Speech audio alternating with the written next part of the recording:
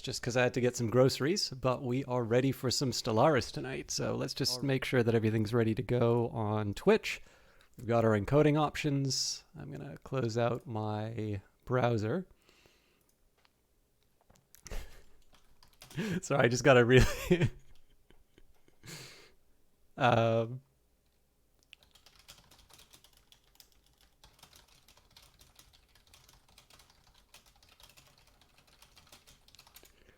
Um,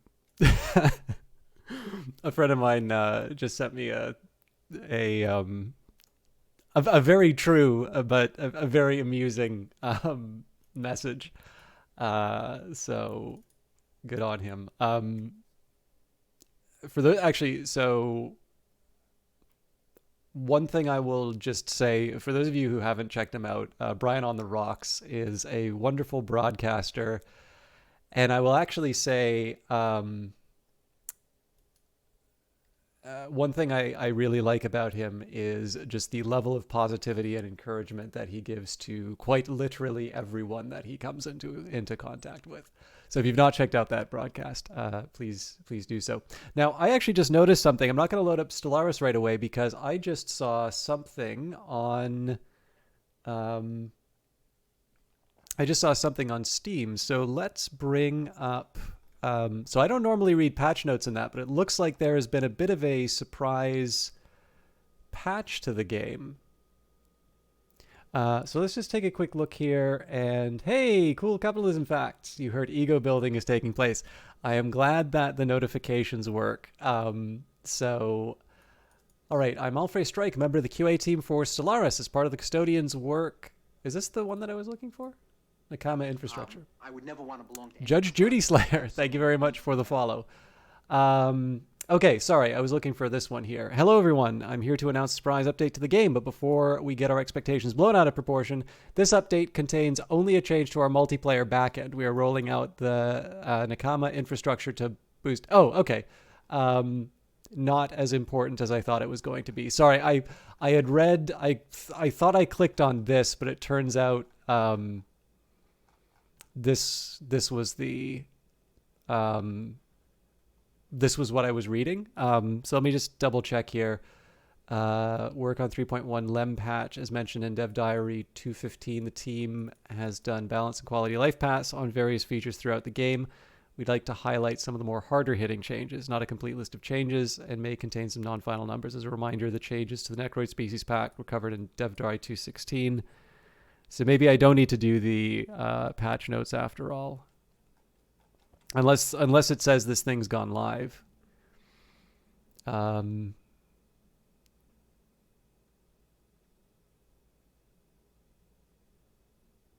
Okay. Let's just jump in and see where it goes. So I have very, very broad outlines for what I'm going to be doing with a new... species. I had an idea or two. Some good things happened over the weekend. Some really bad things happened over the weekend, so it's a little bit of a wash. Mad King Brutos, how you doing? Great to see you again. How? I know you were doing Phantom Brigade last time I saw you. Did you continue on with that campaign at all? Okay, yeah, we're still in the dick patch, so we're safe there.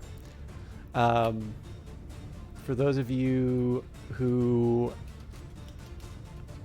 are not familiar with Mad King Brutos, he has been doing the occasional stream every once and again. I got to sort of know him during his convalescence, but Mad King Brutos does dip his toe into streaming every once in a while. I would say probably what I've seen him do mostly has been Minecraft and Phantom Brigade. But what I've actually also liked is that I can finally point to people. So when people bring up multiplayer with me, I always caution them. It's like, I am very hard to pin down for a time to do something. And please don't take it personally.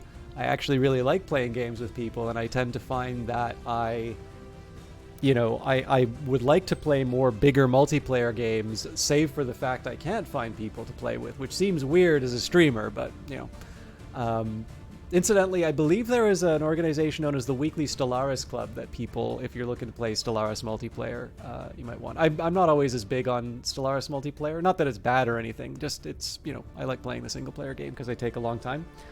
But Mad King Brutus is one of those few people I've actually gotten a chance to play. Hey, Blaster One, how you doing? Let me take a second to shout you out too, because I do know you get to stream. I'll talk about your good works in just a minute. But yeah, no, it's Mad King Brutus is one of those people who's actually been able to pin me down for some Mass Effect 3 multiplayer, which I really enjoyed, and I thought he did a wonderful job of sort of communicating his great love of the franchise, and particularly some of his memories of Mass Effect 3 multiplayer. He also did a very good job of sort of dragging me over the finish line on a bunch of missions. I'll also just quickly mention Blaster One, who I was recently thinking about actually, because I saw this old movie with Kelsey Grammer and Carrie Elwes called The Pentagon Wars, which is about the creation. I actually don't know. I do know that this dispute was a real thing. I do not know how real sort of the story of the shifting nature of the Bradley fighting vehicle was. But like it's an old, I think it's like an old HBO made for TV movie. And it was diverting. Kelsey Grammer's kind of fun to watch. And it definitely has some interesting scenes of bureaucracy, but in any case, Blaster One, I still kind of remember for his Resident Evil streams. I know he not only just greatly loves and admires the Resident Evil series, but has has imposed this love on his children as well. It makes it sound bad, but no, has passed on the love of the Resident Evil series to his children. And yes, I do know that Dead by Daylight is a Canadian game. In fact, I believe it has been made with Canadian government money. We've got a really interesting system called the Canadian Media Fund, which is it's kind of like a very favorable loan. Like you have to pay the government back, and I do believe they are entitled to a share of the profits. But yeah, it's much like Outlast. Apparently, the Canadian government really likes funding horror video games. But yeah, I never quite got into Dead by Daylight. When I played it, it definitely seemed to be very, like, it kind of felt like the game was made for the killers, and the survivors just kind of existed to, like, like I generally, it's a little bit like why I couldn't get into a lot of battle royales. I generally don't like feeling like I am fodder for somebody else's play experience. But that doesn't mean I won't try Dead by Daylight again. I've just had other opportunities to play things. That's really interesting, Blaster One. Yeah, I don't. I am the worst kind of person where I have not served. I did apply to the Canadian military, which obviously a very different form. But like everything I know about is either reading military history or playing, nerdy video games. Like Command Modern Operations is like a full-on sort of sim. But like clearly there is a difference, there's a difference between reading this stuff and having to, having sort of a working knowledge of this sort of stuff here. So I'm always a little cautious, especially if it's a comedy movie to highlight too much about it. But I the first time I remember watching it, I was like, I wonder what Blaster One would have thought about this. But that's actually really interesting that there were briefings about it. I must have played Dead by Daylight early in the release cycle. I did. I know the game has definitely grown and developed quite a bit since then. Yes, I do know it's based on the book, which I think the book is written by the character that Carrie Elwes plays, and I do not remember offhand, but the sort of the Air Force representative to do the tests. But yeah, I mean, having seen government bureaucracies work in a outside of a military context, I can definitely appreciate some of the truths present inside of it. But obviously, when there's someone who has left a position and they sort of do their tell-all, I also know that when it comes to government, and particularly military and intelligence, generally you are not allowed to, if you're inside, there are some very specific rules about how you speak to people or whether you speak at all. And so I have to one extent, I actually have no reason to doubt the sequence of events depicted either in the newspaper articles or the book itself. But on the other hand, I also know that the other hands of some of those stories are generally tied by the fact that you don't want to be kind of revealing too much. Something is not funny when you're going through it up until you look back when it's funny. That's why you look at the movie. Okay, actually, that's a really good way of putting it, Blaster One. Anyway, sorry guys, I know you're all here for Stellaris, but it was a chance for me to sort of shout out, a streamer I don't always get a chance to, watch or talk to. So I really appreciate you stopping by. But I am going to at least go into the new game section here. So as is traditional, I am definitely going to unlock my my species. So whenever we start a new game of Stellaris, we always make a new species. And I got clobbered last round. In fact, I actually took the Black Codex game that we lost last time I played Stellaris. I actually ran it through. It took a very long time for the Awakened Empires to conquer us. I never actually lost the game, but the Unbidden showed up. So in addition to the fact that the two fallen empires woke up and just completely dominated the map and really quickly, they couldn't quite make everything work. They couldn't. Nobody quite got like a real kind of killer blow. And then the Unbidden showed up and they just started, demolishing the galaxy. So needless to say, the first story of the Black Codex ended in complete disaster for everyone involved. The only winners there were the Unbidden. And I didn't actually finish. Actually, you know what? I bet you I can open up. Let's see what the last save was. I can show you what the... Dipping your toe is ironic considering you fractured your toe at work. Here's what it looks like right now.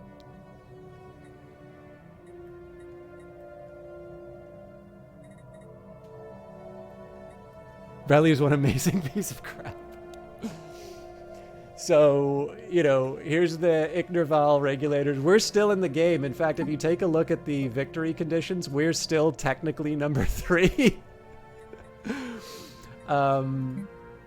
There's actually the Independent Imutherian Confederation. I can't even remember where they are. So they, we overthrew someone who had conquered us. We actually successfully overthrew them. The Unbidden, have been eating up the old territories held by the Fallen Empire. The Aberrant and the Vehement have shown up. The Unbidden have basically eliminated the hive mind. I don't even think the hive mind exists anymore. No, they don't. They've been completely eliminated. So yeah, this is just a complete disaster of a playthrough. So it actually wound up even worse than you might have imagined. So anyways, we're licking our wounds off of that. So we are going to be spending some time. This is why I don't mind taking the time to sort of chat with everybody at the start, because traditionally we come up with a bit of a story. Now this isn't going to have Philip K. Dick references or anything like that, but I was thinking a little bit. I don't have super hopes for where this idea is going to be going. How's my capital planet? It was conquered. But it would. I don't know. I'm not deleting the save yet, but there's nothing nothing good in that story. So basically, to give you a little bit of an idea, so there's a couple of things going on behind this, which is number one. It's occurred to me that I don't know if I have played a hive mind. I've done a machine intelligence, but I haven't really done a hive mind in Stellaris in a really long time. And it's actually occurred to me that I've not done a devouring swarm ever. So in this case, oh my god, no virtue. All right. Number one, I don't know why I don't know why you didn't get a special shout out on this, guys. So I will just, first thing I'm going to say, No Virtue is an amazing Stellaris streamer. I also know you were playing, I was watching you play some multiplayer Dyson Sphere program. If you like Stellaris and you are not following No Virtue, please do yourself the favor and check them out right away. No Virtue plays the game at a very high level. In addition to that, is a talented content creator and has been involved in a number of sort of Paradox led events. So streamer battles and whatnot. Sorry, I can't remember the exact names of them. And also has actually done a very good job of sort of integrating with the broader Paradox community as well. So, you know, multiplayer games. Generally, if you like watching these grand strategy games, No Virtue will either be playing them, again, at a very high level, or will be collaborating with people who play them. And so it's just a really fantastic streamer. But I am also going to give you a few cautions here, which is I am almost the opposite of No Virtue. So I was getting back into Stellaris. I did a playthrough where I went for like a little bit of an easier difficulty level, trying to ease myself back into the game. I got completely demolished in the War in Heaven. I just, in addition to getting clobbered, we actually just showed the map. The Unbidden showed up, and then they just killed the Fallen Empires. It was a complete disaster. I'm kind of licking my wounds off of that. So I'm going to be playing at kind of an easier difficulty.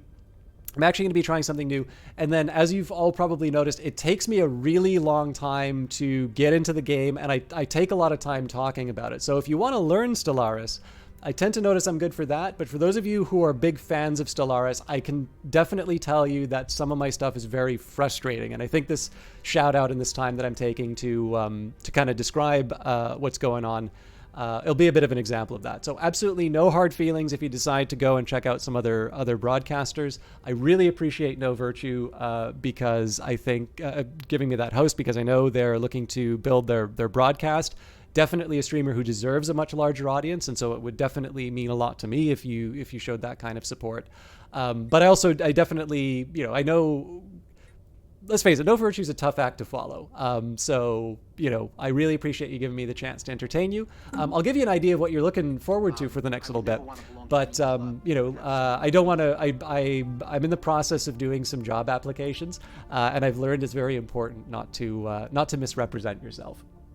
So let me just give you a quick example. One of the things I love about Stellaris, and one of the reasons why I don't mind taking the time to sort of build up and take my time talking about this, is every time we make a new species, we do work out sort of a bit of a backstory, or we have some traits that we want and then kind of build a backstory around that. And so as I've continued to play Stellaris, I've been sort of populating this fictional galaxy with new species every single time. And so every time we start a new game, even though it takes me a while to go through them, we get to make up a new species and add a little something to the story. So for instance, when Lithoids came out, we did the Divine Zerite Covenant. And I think this is actually my first time doing Inward Perfection. But in this case here, I'll give you the backstory for them. The reading of Luke chapter 19 that Samuel Parks Cadman gave on the morning of November 10th, 1929, did not produce any significant remarks at the time. Yet it broadcast out into space ever since. At exactly 11:13 local time, the broadcast reached the planet Zur. Quote, and said to him, Master, rebuke thy disciples. And he answered and said unto them, I tell you that if these should hold their peace, the stones would immediately cry out, was intoned across the planet, coinciding with the sudden achievement of sentience among the local Zerite clusters. The Zuritan populace have since built grand cathedrals to the creator Gospel Luke and continue to meditate on its existence to this day. So basically, when Lithoids came out, I decided that there would be this complete coincidence. Samuel Parks Cadman was an actual radio preacher. And the idea that this, particularly, apropos piece of scripture continued to radiate out from Earth. And it just so happens that the time that those radio waves reached the planet was the time that this mineral became conscious, and they assigned a tremendous significance to this this coincidence. So it could be, it's like the cargo cults of species, and so we built something around that. When Megacorps came out, we did Rhizome Capital. Rhizome Capital is pleased to announce it has successfully completed its first round of seed capital. Our planets are already running at full capacity, getting ready to offer you the finest goods and services the galaxy has to offer. Tax season got you down? Our bean counters at Deloitte are licensed in all jurisdictions and legal systems. Need help with housework? Rhizome Robotics solar-powered photosynthetic assistants are ready to attend to your every need. Under the sage guidance of Ebenezer Hawthorne, we'll make you green. Rhizome Capital. Leaf growth to the experts. So yes, I had the Plantoids DLC, I had Megacorps, and you better believe I was going to be making growth puns based off of the Megacorps DLC. Another example, one of the very first ones that I played was, this will be the last one that I give you as an example. I've had to go back and sort of add origins to this. We've got, this one was basically, this was what really inspired me to start coming up with backstories for them. The Oklar Citizen State, this actually had its origins in basically the Johnny Walker, campaign, the Keep Walking campaign, which wound up being sort of adopted by sort of revolutionary movements and whatnot. But basically, this one was "Have you done your part?" Originally a slogan designed to sell consumer goods, 2 decades into a war that engulfed Glira, it was adopted by Aldrig Den Badir to unite the people and press on in the Great War. While the borders did not change, the Oklari united behind his leadership until he was world president in all but name. Declining to serve a second term, he was followed by his 2 sons. Under their leadership, the Oklar have finally taken to the stars, but as the Great War recedes into memory, can society's martial traditions be held by a mere advertising slogan? So this was basically a chance for me to sort of do deviance and whatnot. So one of the things that was fun about this one was I wanted there to be a little bit of tension about whether or not this would remain democratic, because I mean, again, like, it's if your one unifying idea is this particularly strong individual, so Oliver Cromwell but a sloth, or not that the Commonwealth was particularly democratic, but one of the things I wanted to allow was the possibility for this the society to sort of maybe go down different political paths. And what was really interesting was the elections kept happening and Den Badir kept getting reelected. So again, like, even though it wasn't built to do it this way, the backstory actually wound up fitting very well, because the election sort of suggested that it was maybe a minimalist democracy. And so I was kind of allowing, it's like, okay, well, maybe we'll start pushing we'll push the society towards oligarchic to represent that or something like that. And then the Den Badir line died out. The ruler died kind of abruptly, and there was nobody else of that name to take the place. And so essentially the Citizen Republic was saved. So that was kind of another fun one. And it's why I actually decided to start, doing these little backstories, because of course the reason why I love Stellaris and the thing I like so much about it is it's this wonderful vast canvas on which you can sort of paint your own little science fiction stories. So if that sounds interesting to you, we're going to spend some time building up a species, and we'll kind of jump into the game that way. Now actually seems like a good time for me to mention as well. Normally I do this when I start the gameplay, but I have been given a key not only for Stellaris, but pretty much all of the DLC that I'm going to be playing. The only exception to that would be the Humanoids and the Plantoids DLC. Paradox has been very good in being able to let me continue streaming the game with access to press keys for these games. But obviously I'm very enthusiastic about my creations in the game, and I wanted to just kind of let you know that before I kind of leap into the playthrough and don't mention that. Okay, so one of the things I wanted to do was to do a proper hive mind, because we have done a machine intelligence, but I can't remember the last time I've done a hive mind, and I actually haven't done a devouring swarm, which I think is going to be a decent I think it's going to be a really decent example of something that will force me to do the things I didn't pay attention to in the last playthrough. So our hive mind exists only to consume and grow stronger. We will collect all available biomatter and evolve to consume the galaxy. Effects: cannot engage in diplomacy with other empires, cannot access the galactic market, has the hunger casus belli on all other empires, xenopops will always be eaten, gain society research from eating xenopops, starbase influence cost, ship hull points, starbase influence cost is lower, ship hull points, hull regen, armor regen, army damage are all higher. Biological research speed gets a boost, and then reductions to ship build costs and naval capacity. So you lose your diplomatic options, but you're given a bit of strength, at least at the start. So I'm going to do Devouring Swarm, but I don't know what I'm going to do for the other possibilities here. Now I haven't really talked about the. So actually, I'll talk to you while I was walking, doing my groceries. I was remember I had an argument with somebody, which always makes me feel quite bad. And I was thinking an interesting idea for a Devouring Swarm in Stellaris would be this idea that every single time you have an argument or you bully someone or you are bullied, sort of the fear and anger and negative emotion goes someplace. That there is in fact an entity, or there is a collection. You eventually get over it, you pass on, but it collects, and it has so for all recorded history. And that once it hits a critical mass, it takes a form that will go out and affect the galaxy in the form of a Devouring Swarm, which of course has a reinforcing, sort of self-reinforcing effect.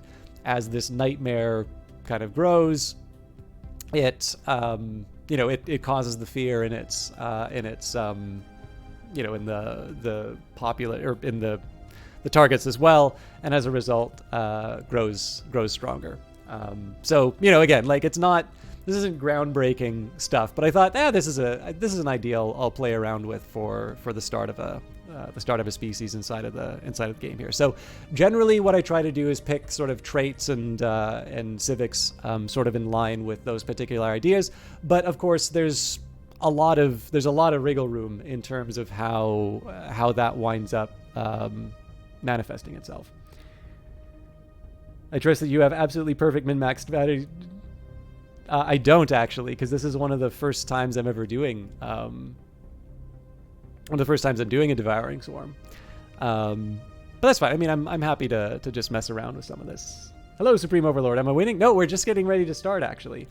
But yeah, so that's going to be sort of this tent pole that I use to build this space. I find it impossible to play a long game as anything but an omnicidal race. You need to cull the xenopops to reduce the lag ever since the dumb pop rework. I don't think I had too much trouble. Then again, I didn't do a big map. So one of the other things I'm going to do is actually play this on a small map. So we'll see how that goes. And part of this is just to try and force lots of early conflict and early decisions rather than spend all this time.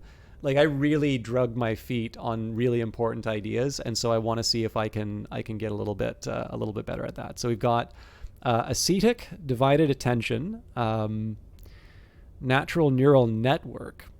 One mind. The hive mind takes care not to let its drones diverge. Interesting. Pooled knowledge. The hive mind's autonomous drones frequently share knowledge through direct links, bypassing the hive mind's slower registry processes. Strength of legions. When you do not have to educate the mind, the building of muscle becomes that much easier. Subspace phase. Hive mind's cognitive processes exist partially in subspace, reducing the impact of time and space on the actuation of its drones. So this kind of makes sense in the sense of the idea of it being sort of this, idea made corporeal.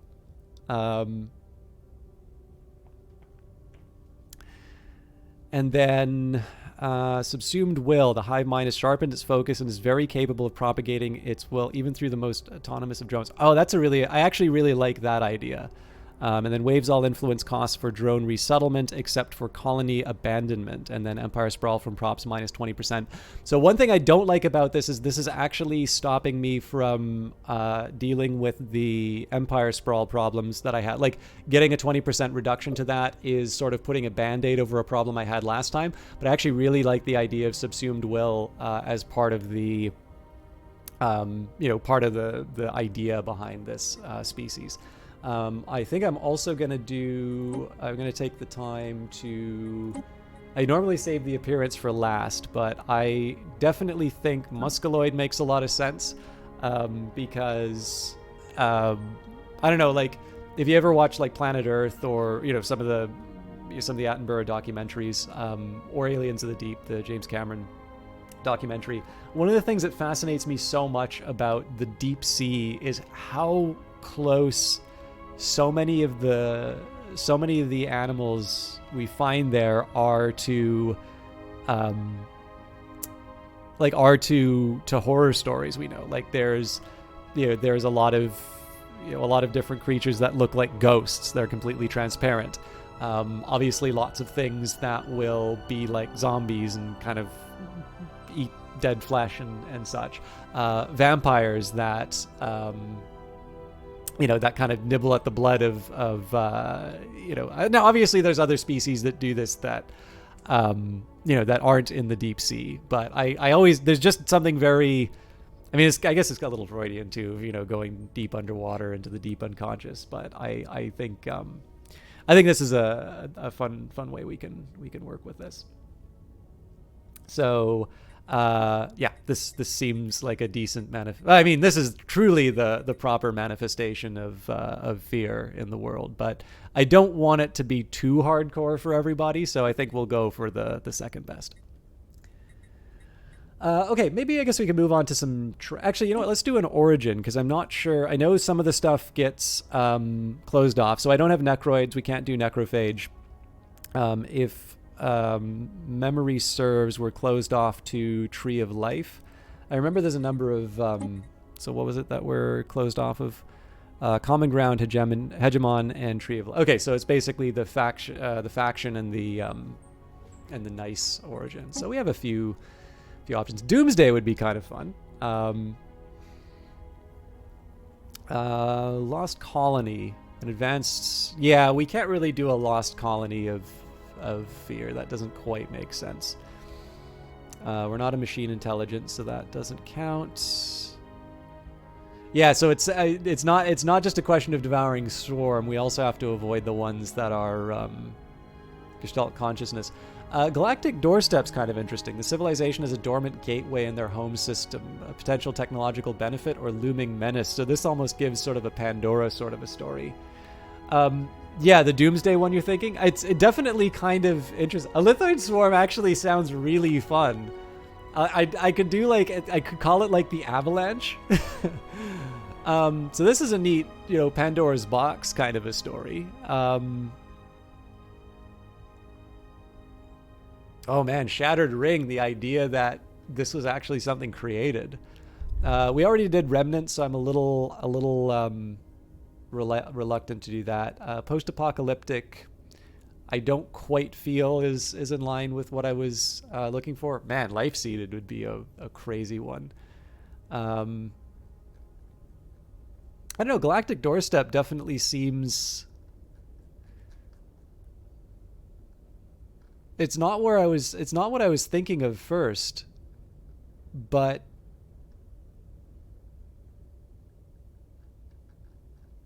and then there's also prosperous unification, like a stable planetary unification has allowed the civilization to prosper and grow. There's nothing wrong with the 4 additional pops is not nothing, right? But I haven't actually tried Galactic Doorstep, so let's the Tomb World start, post-apocalyptic. So yeah, baptized by nuclear fire, the civilization has faced total annihilation and survived. Devastated yet unbroken, they have rebuilt civilization from the ashes of the old world. And the thing is that, so I always figure starting off with, I definitely see these as more guidelines. So I think the idea here would be just simply that the manifestation of fear in the galaxy, just comes on a tomb world rather than it being, the product of some sort of a war. But I don't know, like I don't quite, something about the idea of tomb world habitability didn't quite line up with what I had in mind. I like the idea of it essentially being something that is like, the idea is that it would take the planets that you would want, right? It's part of you. It's and it's going to live the same place that you are. Hey, Uncle Cranky, how you doing? So let's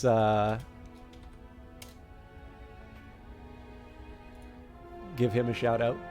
Yeah, actually, I think so. Wasn't it somebody raised the question that if lithoids are building their ships out of the same materials, isn't that the same as humans building ships made out of meat? That's a wonderful thought, by the way. But yeah, Uncle Cranky was doing was it Skyrim last time you were? Was it Skyrim or Code Vein? I feel like it was Skyrim, but he's been doing a paladin build with some sort of mod that I don't actually know, but a New Zealand streamer that you can check out. And my apologies for the shorter shout out on that one, but I know I'm a little bit behind in terms of the species creation. So I'm going to do Galactic Doorstep and just sort of say that we're like Pandora's box, where if somebody opens the doorway, we get unleashed onto the galaxy. But of course, we also have our own progress to open the key. Yeah, did I not mention Night Valiant as well? My apologies. I saw you. Brazilian streamer who tends to stream just after I do, actually. So another one. He's somebody who I found through Kit Fox streams. Well, Kit Fox's games. He was streaming one of their games. Okay, so we got our appearance. Oh God, yeah. I'll save this later because I don't know. I guess it's all fear. Okay, let's do traits. So that's a single mod and more set of mod. Okay, cool. So again, there's always the possibility of like trying to go for something that's really combat oriented. Let's see. So Rapid Breeder definitely seems like an interesting and sensible one to run with. Yeah, actually, you know what? That I kind of feel like that would be appropriate. Adaptive would be. So this is the other thing too, right? Like often I kind of add a big set of traits on it, but that might actually just be it, right? The idea that sort of fear feeds into itself and I don't need anything else. Like what other traits would you associate with the embodiment of fear and negative emotion inside of the galaxy? It's not exactly ingenious or intelligent. I mean, there's ways you can work around it, right? Adaptive might be one you could consider. And then I know, like, I know everybody is going to do this no matter how many times I say it. Like, I never have and never will build a species specifically around the idea of it being, oh, well, because I'm playing, X species, and I know, like, science is really important to it, I'm just going to load up on as many science things as I can, or because it's Gestalt conscious, I know they need food. I'm not going to do agrarian because it needs food, because, how do I justify that in the world that I've made? So that's kind of why I said at the start, like, this is much more of a role-playing game for me. It's why I get my ass kicked in it, but it's actually why I have a lot of fun in the game as well. So just a heads up, like, unless I can, like, come up with a fairly reasonable argument for why I would want to do it that way, I'm probably not going to do something like agrarian for them. I actually think I'm just going to stick with rapid breeders. Adaptive might make sense, but I suppose I would need to say, well, what would the second be? So there's like the idea of unruly. I mean, the funny thing is that I wind up giving back a little bit of the Empire Sprawl. It's still net, it's a still net minus 10%. But then that's the question, like, is it a single-minded, you know, destructive force in the galaxy, or is it a mob? You know, maybe I would like wind up calling it chaos or something like that. Venerable is an interesting idea for sure. So that would be the longer leader lifespan. Oh, well, actually, I guess repugnant. I guess in that case we would do like repugnant, which is fair. I think they changed it so that you get lower amenities from the jobs, because obviously if you're devouring swarm, the old thing of like minus relations with species wasn't really all that like that wasn't really a penalty. I'm actually really curious. I'm really curious as to how that translates into like the minus from jobs. Like everybody's equally ugly. But yeah, I don't know. I think I'm gonna stick with rapid readers for now. I might, you know, if I think of something in the write up, I'll do it later. I am avoiding the species name and bio writing as long as I can. Okay, so we've got our origin, we've got government and ethics. I think, yeah, hive mind. I think there's really only one hive mind. Well, I mean, there's a machine intelligence. That doesn't really count.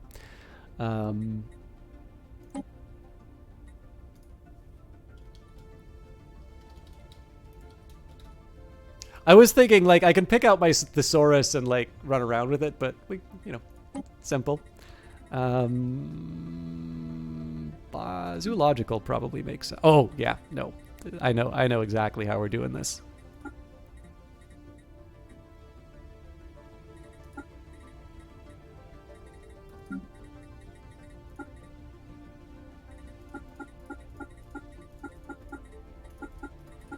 It's got to be either solid purple or purple and black.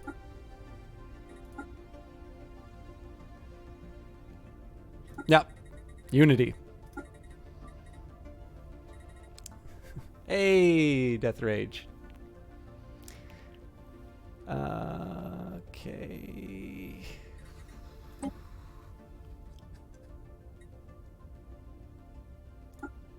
Did Imperial ships get added in Nemesis? I don't remember these being here.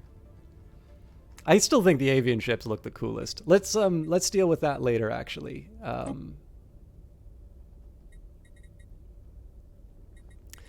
So I'm mostly at this point I'm just kind of kicking the can down the road on the writing stuff because I know it's not going to be as good as what I want it to be.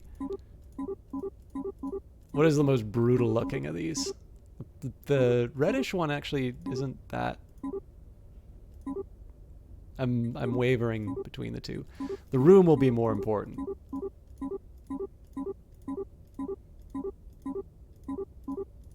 I mean, the torture one kind of seems like it would make the most sense. This looks very ancient and occult, which I kind of like.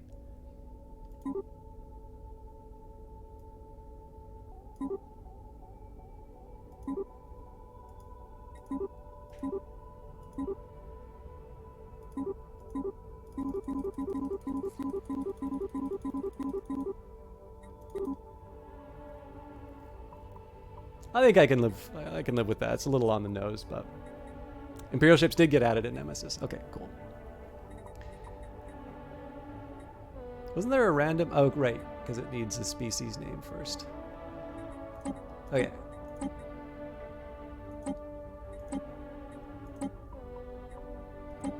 City appearances will do. Wait, I didn't do ship appearance. I think I am gonna go for avian ships. Although Musculoid look kind of neat too. Musculoid is also appropriate for the design I chose. Okay, now we'll do Musculoid.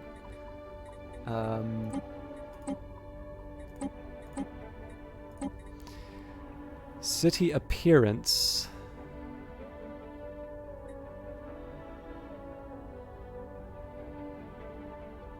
I'm actually gonna...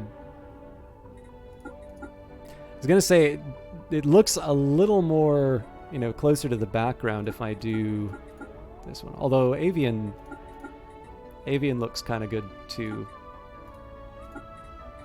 Yeah, I think I'll actually use the avian city in the background. Okay.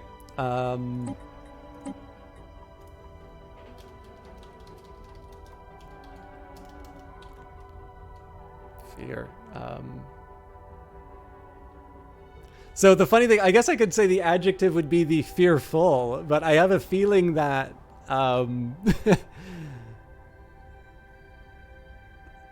oh, actually, I bet you that'll probably work well inside of the that'll work well inside of the most of the events. Okay, I am so bad with these. Wait, why is it giving me Necroid names?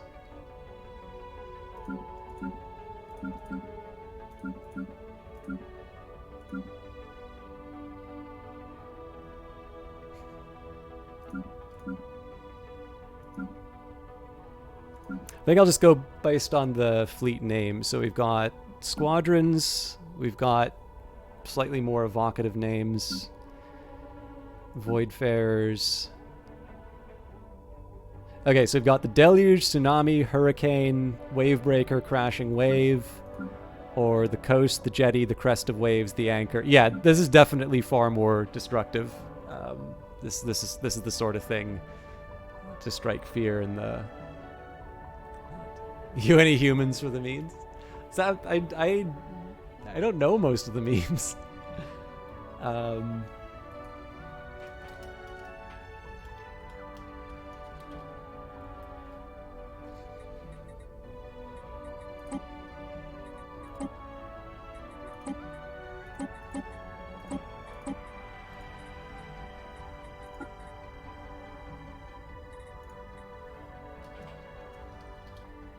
I'll do random for the...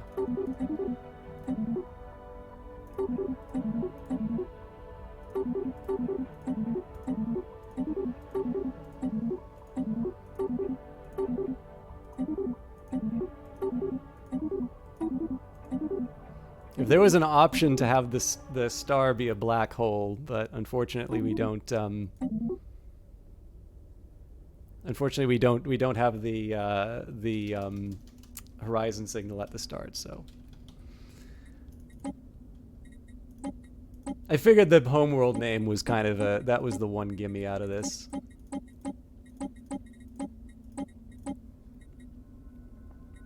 Why can't I randomize?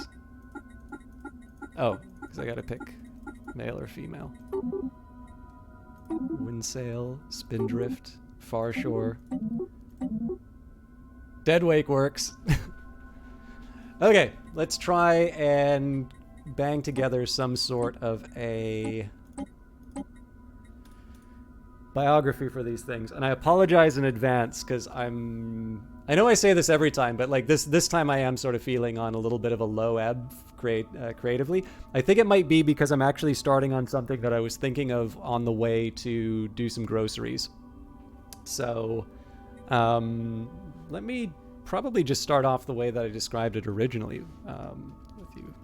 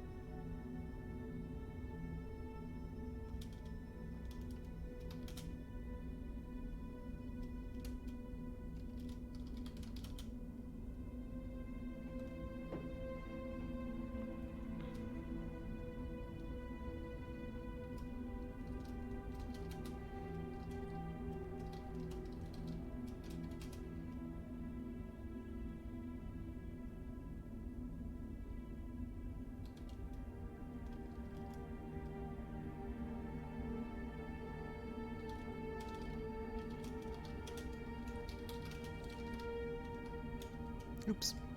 I forgot I can't do new lines.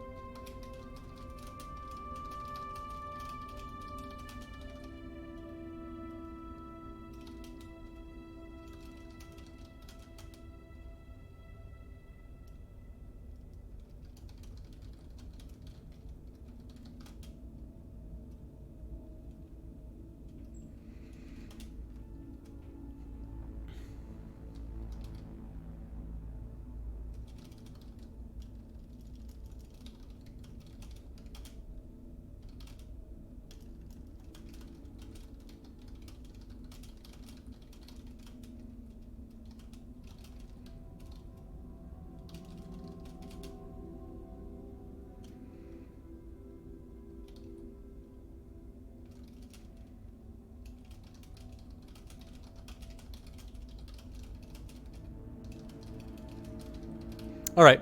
That'll do for now. Every time you were bullied, every time you were jealous of a promotion, every word said in anger, and every night you asked to keep the light on did not pass into history, but went somewhere else, watching, waiting. The collective fears and anger of passing civilizations accumulated on a small planet in the Ur-Itha system and have now begun to reach outside of its borders. The dread loved ones felt at news of scouting ships going missing in that system have fed it, as will the news of each new fallen system. The only thing we have to fear is fear itself. Do I have chat's approval on this? Are there any adjustments to the prose or the general idea? I'm not going to do like radical reworks. I think I'm going to stick with just the one trait. But I know most people are probably just waiting. You know, in my defense, this is actually probably the fastest we've gotten a species done. Normally it takes me over an hour. But yeah, I got a thumbs up from Death Rage. So let's jump in.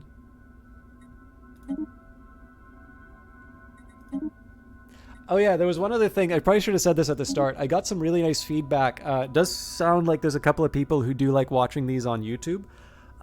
So one thing I'm going to start doing on my videos in general, but specifically for this Stellaris playthrough, is I'm going to try and make a playlist to make sure that everything is a little bit easier to find.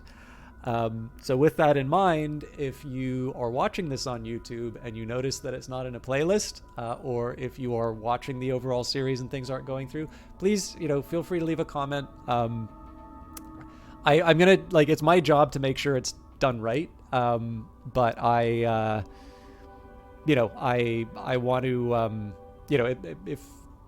look, I'm not above, admitting when I've screwed something up. So, let me know, and I will try and correct. No excuse, only consume. Nice.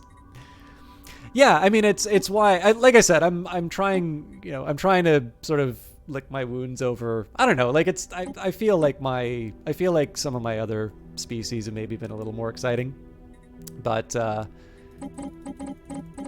will be fun. I think there's only two options here, so could somebody in chat just type stop? This is my RNG. I could just flip a coin, but thank you. Okay, we're back to a ring. So I usually just go for randomize on all of these things. Let's turn that down. If we got beaten on Commodore, I guess.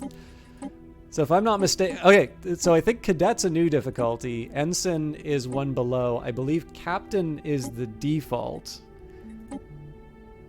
So I'm actually going to go one back because we got clobbered. Again, I know there's the collective groan of chat going like, oh, really, Captain? I'm like, don't worry. I'm still going to lose. As for the rest of it, I do like doing Iron Man. There's something about, locking yourself into decisions that I think is nice. But the rest of it, I usually, as much as I can, I randomize or leave it as the default. So here we go. Now, screw what Stellaris has to say about my start. Like, I'll define it the way that I want, but the mysterious construct in our solar system was discovered a few hundred years ago. Due to its dark metallic properties, the artifact was named the Black Crown. Ooh, that's a good name. And its majestic presence has a profound effect on us. Finding out its true nature became paramount. Spaceflight became the highest priority, and the eager quest for this technology brought with it a series of other beneficial discoveries that improved and honed us. The Black Crown turned out to be dormant, but it was not a journey done in vain. We now have the means to grow bigger, reach much further than ever before. Cadet is technically the fairest difficulty. What do you mean, fairest difficulty?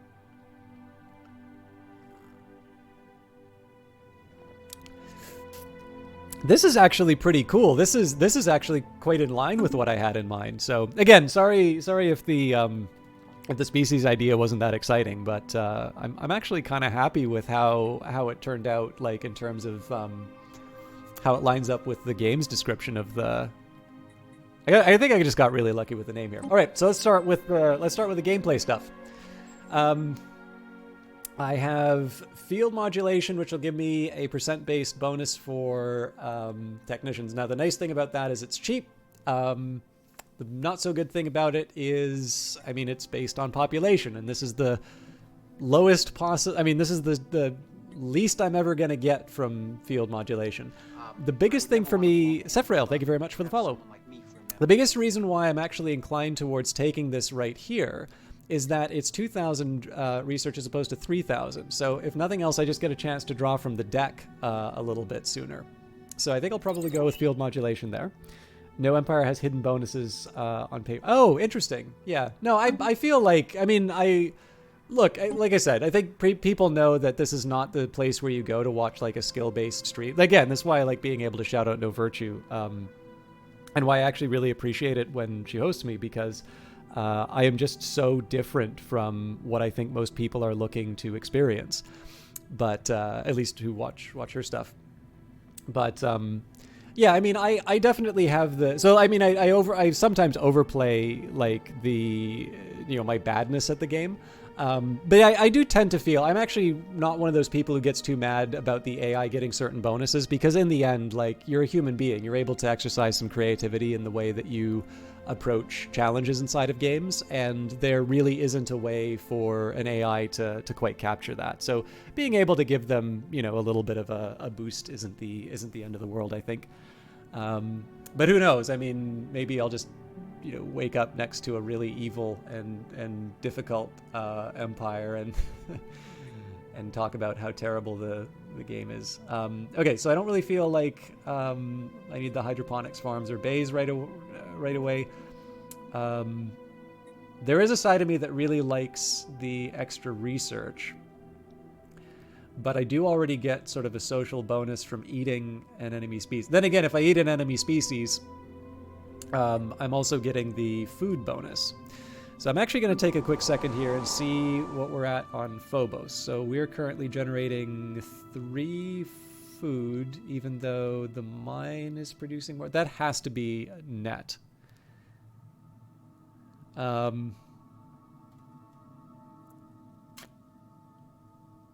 was hoping that would give me an indication in terms of which direction I want to go. I do tend to like, you know, leveraging research bonuses as early as I can, which probably answers the question here. Nanomechanics is both the cheapest and the also the one that helps me get some bonuses towards other research. So we're not really going to be able to rely on technology for the next little bit in order to bring us good new things, but I feel like we can get by. Okay, we've got construction, so let's Stillhaven, and where do I want to explore? Okay, the size 16 Desert World. Oh man, both of these are really good. Okay. I'm going to do some surveys here. Part of the appeal was that I just had a really clear idea about like how I wanted to explore this, and then we'll be building a second science ship as soon as we can, and sending it off to the Wasset system. Which reminds me, I want to take a look at what kind of leaders I have in the pool. So these are all going to cost me 200. We are currently generating 23 a turn, so I'll have a new leader in about 9 months. What is it going to take to build a science ship? I'll have a science ship in 2 months.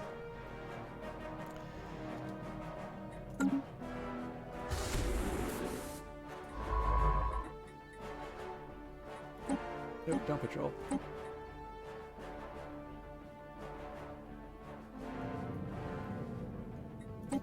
I just wanted to focus on the design. Yeah, I definitely don't give the Muscoloid ships enough credit in terms of their looks. All right, the White Crush. These are our combat units. Oh yes, another thing that I might try and do this time around to sort of force me to think a little bit more sensibly about the military is once I start getting upgrades. One thing that I might do on the ship designer is disable the autocomplete. and actually force myself to make some decisions in terms of how to build them. I do tend to like allowing myself a little variety, or sorry, a little bit of an opportunity to sort of nudge the game rather than like really force something forward. But I feel like I've kind of ignored some of the military priorities over time. I also forgot. I'm not really going to change the layout, but yeah, there's nothing for me to do there. Okay. So I just need to wait a couple of months. I think at 23. We are building a bonus to energy. Actually, we have enough. Our construction is complete. I already screwed this up. I should have started building the ship right away, because while it might take me that duration to it might take me that duration to earn 200. I actually already had energy credits to start off with. So we're a little bit late on the science ship, but that's fine. And we'll build our mining station, because it's really the last thing that I can build there. And as far as population growth is concerned... Ah, neat. We're assembling. So like I said, it's been I don't think I've done a devouring swarm before, and it's definitely been a long time since I've done hive mind. So the idea of assembling biological units is a new one to me. So actually, let's just take a quick second here and see, let's see the buildings, and let's just get a sense of what's going on here. So hive core, I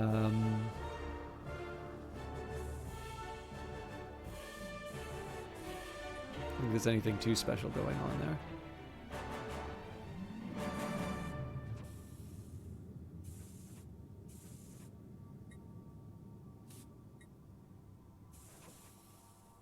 Yeah, that's cool. Okay, so spawning pools are what enable that.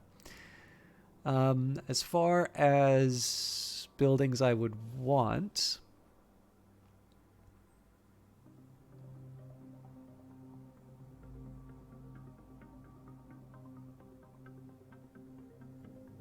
Yeah, Synaptic Node actually seems kind of cool.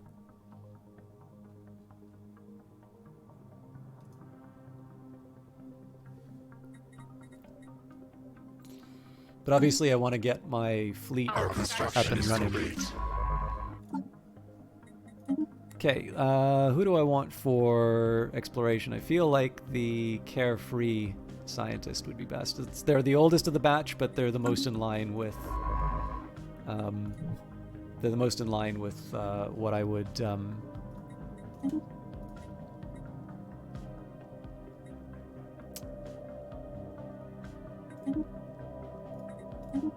most in line with exploration. So again, it's kind of a debate as to whether or not I would want to take Wasset or DM. I think I want to take both, but I need to obviously make decisions in terms of construction. We'll probably have a better idea once we see where the... we'll have a better idea once we see what we can exploit on those worlds. And then...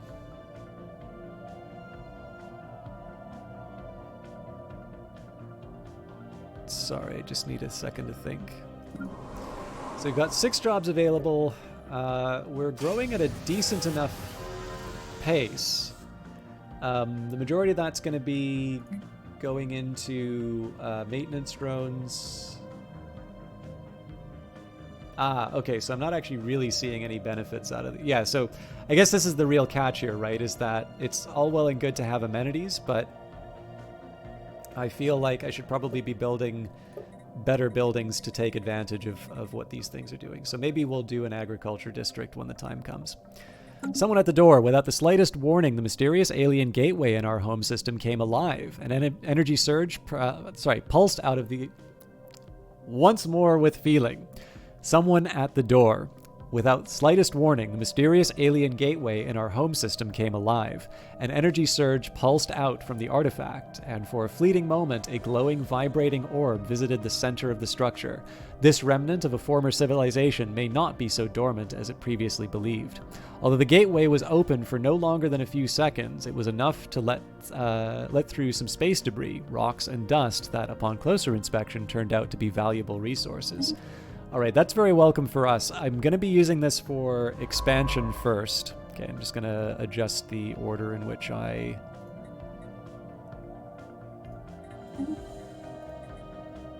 I screwed up.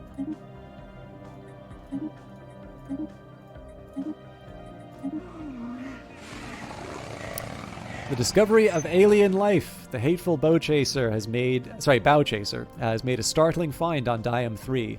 The planet is teeming with alien life. For the first time in history, we have encountered life forms that did not originate on Phobos. This amazing discovery has silenced those who believe that we are alone in the universe. Although none of the alien creatures found on DM3 are sapient, it is likely only a matter of time before we encounter beings that are. We may not be alone out here. All right. Yeah, so I tried to do the Control-Shift to put something at the top of the queue, but I sort of screwed up. So let's see what we could get on DM. Its best feature is agriculture, which I suppose is kind of nice. 17 slots, so we'd probably split it between agriculture and industrial districts. Contact report, simple forms of life. We have confirmed the existence of lower forms of organic life outside of Phobos' biosphere. And we don't get to see anything else on it. There's also dust caverns for moats. Cool. One thing I didn't really do, which I probably should.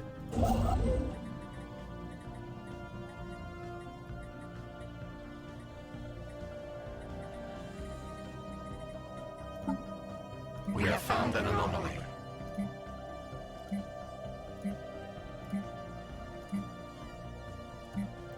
Yep, all this is good. An ancient orbital shipyard drifts in silence above this world. It has suffered significant battle damage, and entire sections of the facility are missing. This is in DM, which would prevent me from being able to work it. I think I'm going to leave it be for now, but once we have explored it, I'm going to go and do that anomaly right away. We have surveyed the system. Okay.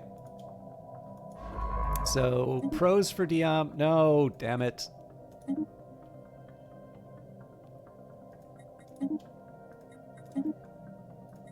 The last time I'm going to mess this up, I swear.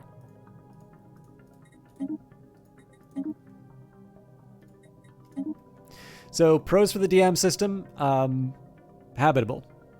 Cons, it really only gives me energy. Okay, well, I guess the question now is how much do I want to put? I mean, given the fact that we've got some early... a 17 Andy?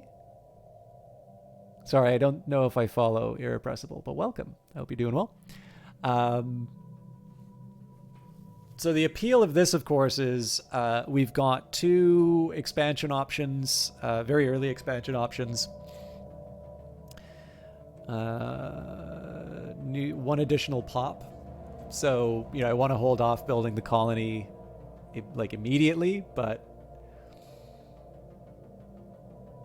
I'm definitely leaning towards expansion here. Yeah, you know what? Screw it. Colony development speed's good. And with that in mind, we'll build the starbase, and then we'll get in position for the next one.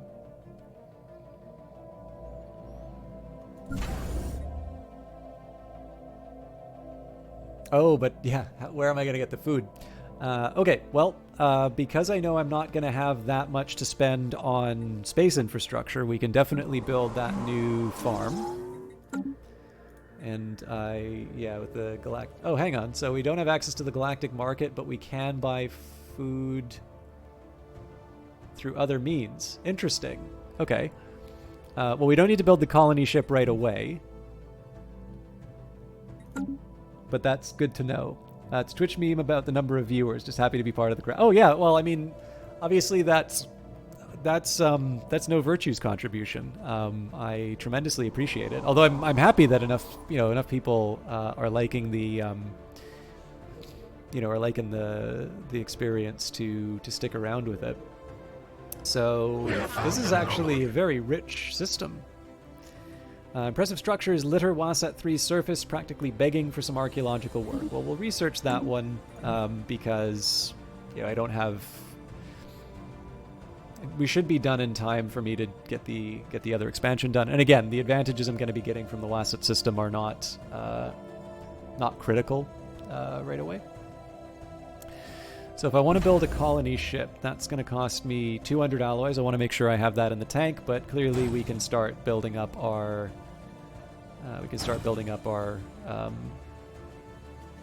our navy. We'll wind up upgrading it, I'm sure, but now if I recall correctly, there's no point in having consumer goods as a hive mind, right? Or at least as a devouring swarm.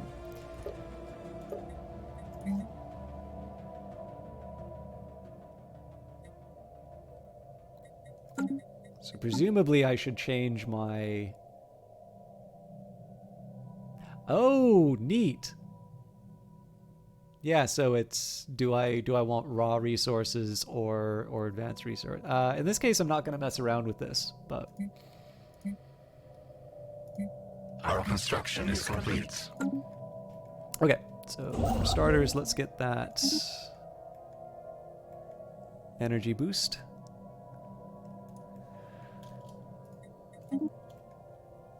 And again, I'm in no particular rush to build that colony ship because we are waiting on the Unity for our we're waiting on the Unity for the next layer of expansion. So that's going to be in 10 months. It takes us but it takes us a year to build the colony ship. So change of plans. We need 500. Oh, we're probably not going to have enough.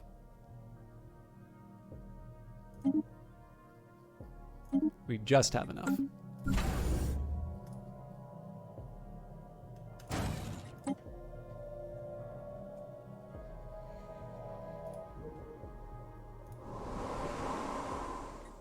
Yeah, so Wasat 1 actually turns out to be a pretty attractive world, rich in energy as well as food. Not as big as DM. That does potentially mean that I might have a mineral shortfall in the semi-near future. But I suppose that... I guess the one thing about any mineral needs would be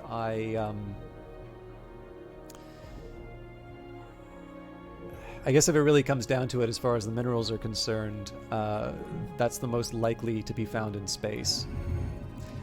Edic, monolithic. Wasat 3 is uninhabited and indeed uninhabitable, but not unvisited. Its surface is littered with tall cenotaphs carved from some mineral not native to the planet, evidently placed here by some artistically inclined spacefaring race. The monolith's flowing lines definitely chart a history so fantastical that it must surely be fictional. Surely.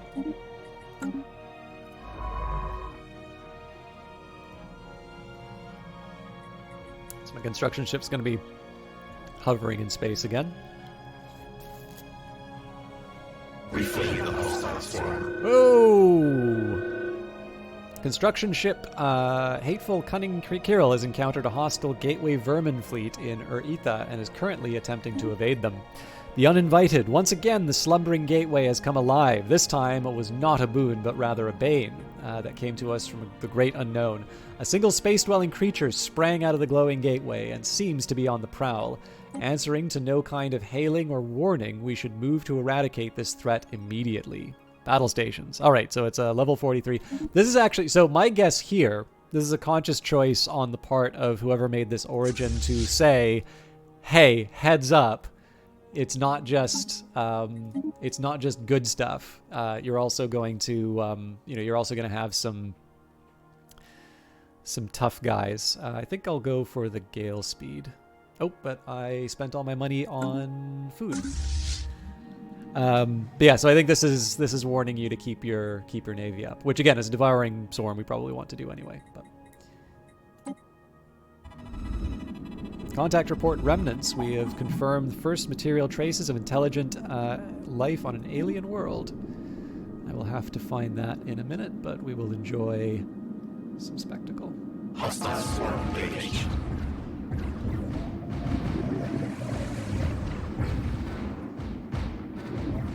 We have found an anomaly. Space amoeba is no more. So, I mean, at some point one day I will make full sense of all of these, of all of these. I know how to read them. It's just in terms of being able to turn those into some kind of action for my, my later work. I haven't quite been able to make sense yet. Right, construction ship's going to go on its way. Another anomaly, huh?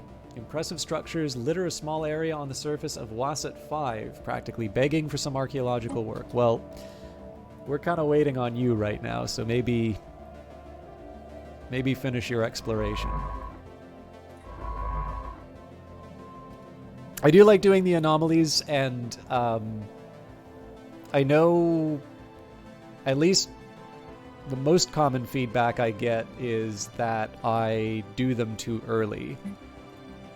But I generally like doing that, so I'm gonna pump out another Corvette. That's partly just because I'm realistic about how quickly I'm gonna be able to generate 500 food.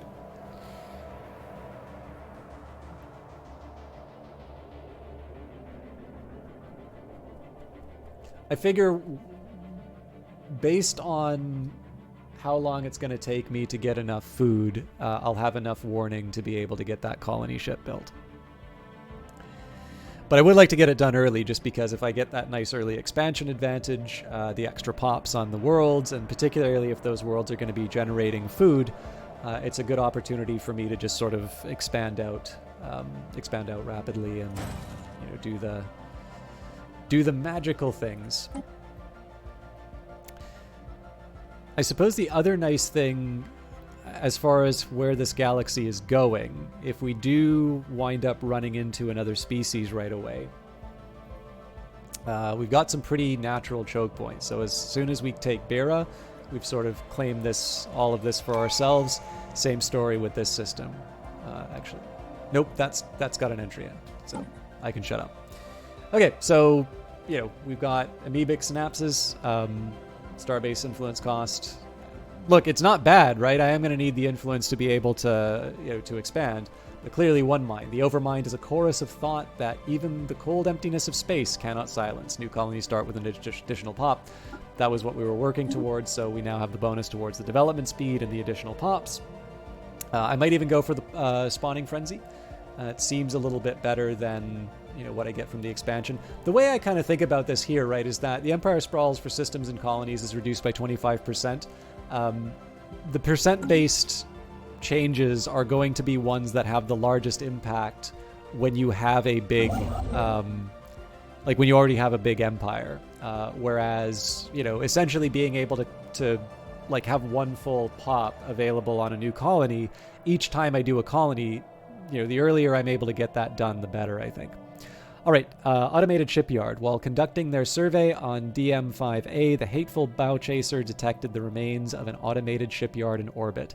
It is at least 1,000 years old and seems to have been subjected to a heavy missile barrage, but one of the manufacturing bays is still in working condition.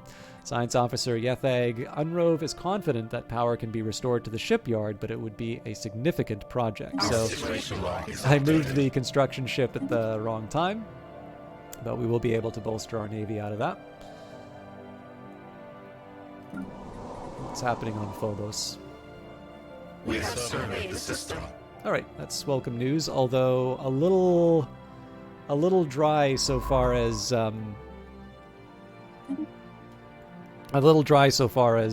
resources to exploit.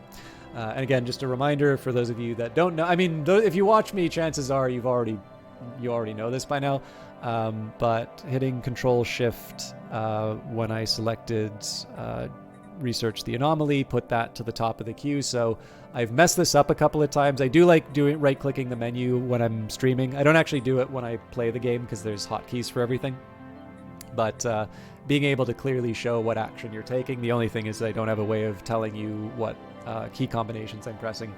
So you do not actually need to replot all of your lines if you do that. I feel like this is a reasonably well-known feature now, but there was a while when this was news to people, and at least as far as I'm concerned, like, that's really convenient to not have to constantly redo that sort of stuff over and over again. Okay, we're sitting on a lot of minerals. I can choose to sell them, or I can build infrastructure. So synaptic nodes are probably the most appealing to me, because it does give me extra unity. And if I recall correctly, administrative capacity as well. The thing is that, like, is that what I really need right now? I mean, I guess the other thing is I can always turn them off.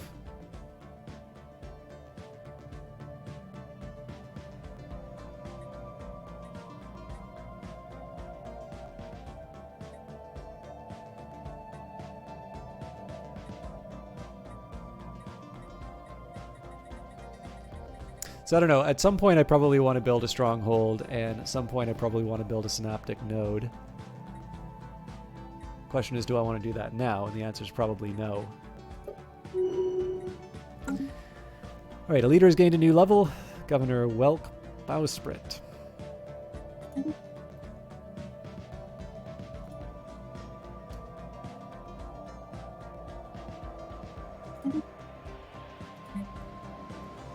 Oh, I've got this colony ship waiting to go.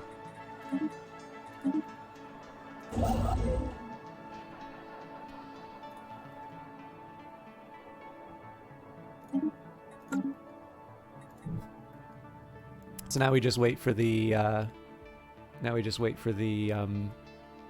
alloys. Oh, hang on, I'm going to need the alloys both to expand to that system as well as build the colony ship. But the construction ship's already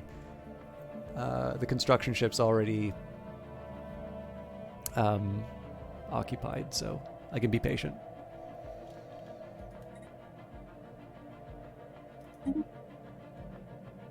Oh, I messed up.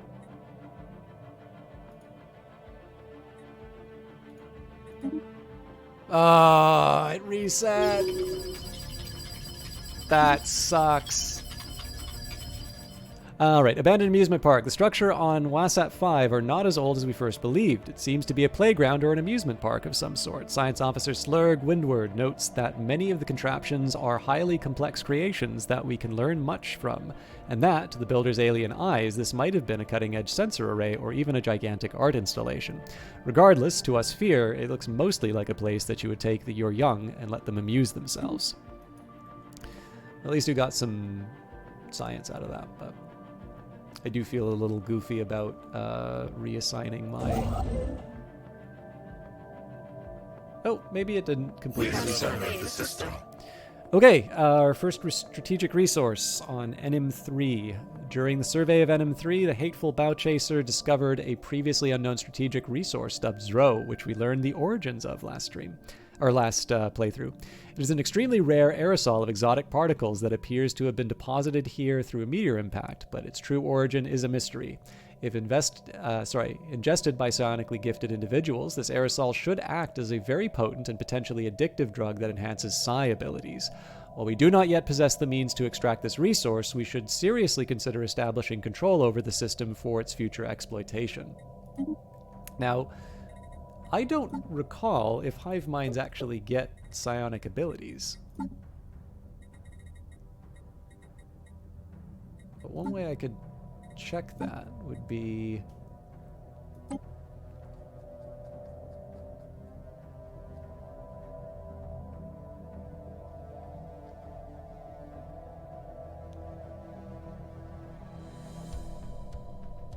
Yeah, hive mind is incapable of starting down the path to psionic ascension. So essentially, I would be selling this row. I should consider this a big Our cash special cow project system. is complete. Special project completed. The hateful cunning Krill has successfully restored power to the automated shipyard over DM5A. The facility immediately resumed its interrupted construction order, using what materials it had on hand to build an advanced frigate of unknown design. Unfortunately, the ancient facility broke down completely afterwards and has been deemed beyond repair. We have sent a crew to the new ship and pressed it into service for fleet. Okay, so it's already building the starbase. Our new ship is almost as strong as the White Crush itself.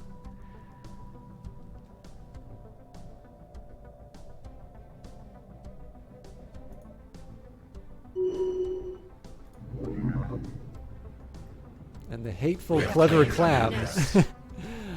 First Fear Colony. Our colony ship has gently touched down on the outskirts of a large oasis on DM Prime. Situated at the foot of a large mountain, this ideal location provides shelter from the wind and has easy access to water.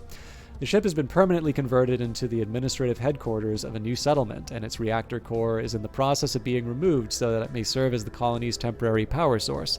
Hundreds of small tents and prefab shelters have sprung up around the former starship's massive hull as colonists begin to disembark in large numbers. The first Fear City on an alien world. Okay. So one of the ideas that I had behind this too was, I don't know how many of you seen the old film The Exorcist, but The Exorcist starts off in the Middle East. I think it's in an archaeological dig in Iraq, and they find they find this ancient statue. So there is sort of the idea of sort of the lost relics in the desert, which is why I chose the desert planet. I mean, plus I kind of figured it was appropriate. You could do the Warhammer 40k thing and also have, like the terrible jungle planets where everything wants to kill you. But I figured a desert was probably more in line. So I do want to keep adding to my fleet, but before I do that, I would like to make sure that I have another colony ship on its way to Wasat. You're a Death World? Yeah, well, there was a recommendation earlier on to do the Tomb World origin, which I have not actually done the. I have not done the species that the post-apocalyptic origin. Generally, most of the origins are actually still new to me because I seem to be very set in my ways. And I would like to try it at some point, but I'd really like to try and build a species around the post-apocalyptic. I might even do something like, so one, just because we're sort of waiting for some of the, from 40k, yeah, Super Hostile Jungle Worlds, and sorry, I missed the,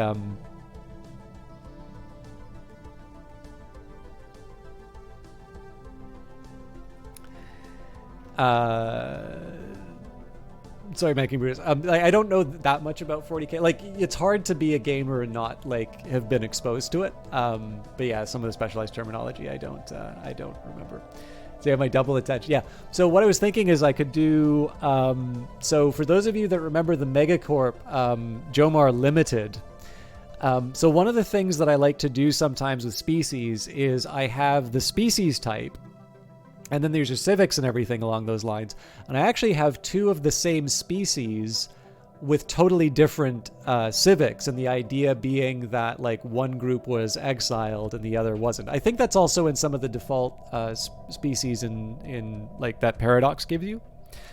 So one of the things I was thinking is that we could take this Jomar Limited Megacorp and we could slightly adjust the story. We could sort of say that this is... So you know how there's like the parallel dimension event? You could actually maybe say that this is a parallel Jomar Limited where the Megacorp actually successfully avoids the complete destruction of the planet, but it's still a catastrophic event, and so it does become a tomb world. And I thought that might be an interesting way that we could explore the idea of a tomb world. Or, I mean, let's face it, the apocalypse has all sorts of really fun stuff that you can build into that. But like that was one of the ways I was thinking that we might be able to approach that. Again, like it's tough. As you can sort of see from what I did inside of this, if I come in and I start a stream with an idea, I'm not always sure I come up with my best idea. Whereas if I let myself just have that stage fright and I wind up building a species out of that, I usually wind up with something I'm pretty happy with. So we'll see. We've recovered artifacts from an ancient alien civilization on Merce 2. From what we have translated so far of their language, we have learnt that these aliens call themselves the Irisan Concordant. They were an interstellar power that held sway over this region of a galaxy a little over 1 million years ago.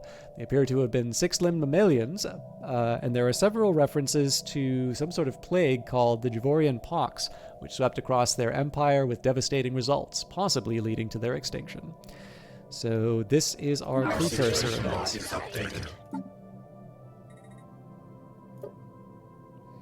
We recovered artifacts from the Irisan Concordant. They were an interstellar power that held... Oh, is this just the same... Yeah, this is the same read-up.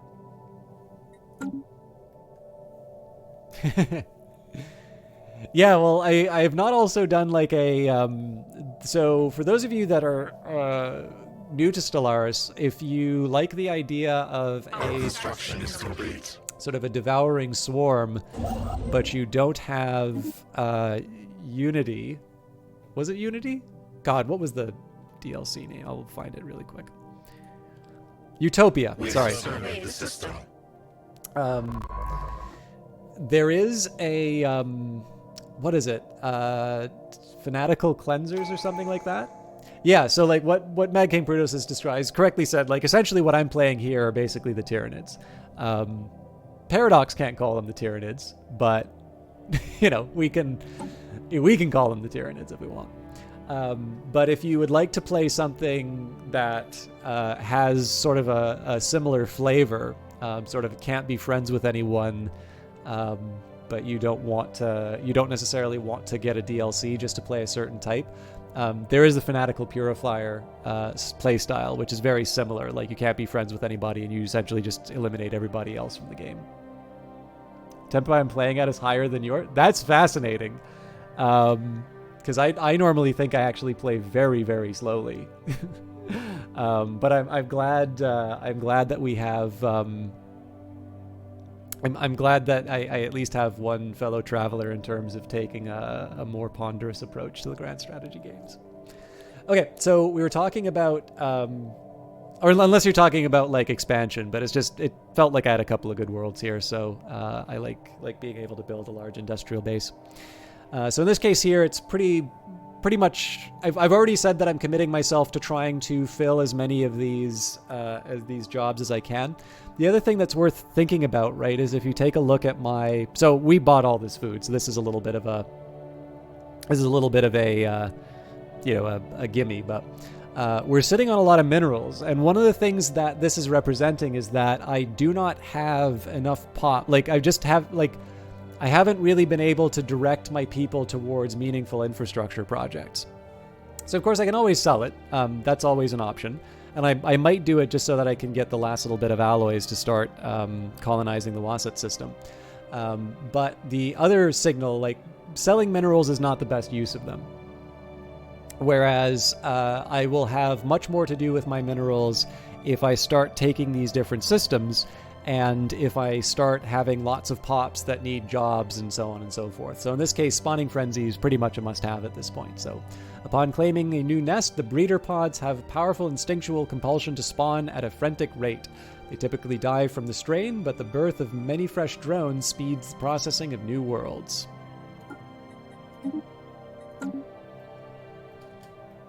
We made the hive mind horny, is basically what that's saying. It did just occur to me as well. So we're going to need 200 minerals, 300 minerals. Yeah, so we'll need 300 minerals to basically be able to build up what we already have here. Used to rush things when you played games. These days you like to relax and observe the games. That's a big one for me for Stellaris. I mean, one, I always feel like the Paradox games give me something new to learn each time. But we have surveyed the system. I tend to find it's really easy to neglect important stuff when I play the game really quickly. It makes it. I know it makes it hard to play the game with me in multiplayer because, again, I just really take too long to do stuff. But as a whole, like, because to me a big feature of the game is, or a big appeal of the game is sort of being able to build that science fiction world and such. Technology Being able conceived. to, take the time and sort of smell the roses is appealing. But it depends. Like, if I'm playing Apex Legends, obviously, which for some reason I can never break doing 300. Like, I always do under 300 damage a round. I feel like a complete loser, but we'll get better. I remind you to send a Stellaris meme when the stream is over. Back here. I mean, you can send it to me. You can send it to me now. I just probably won't be able to look at it until after the stream.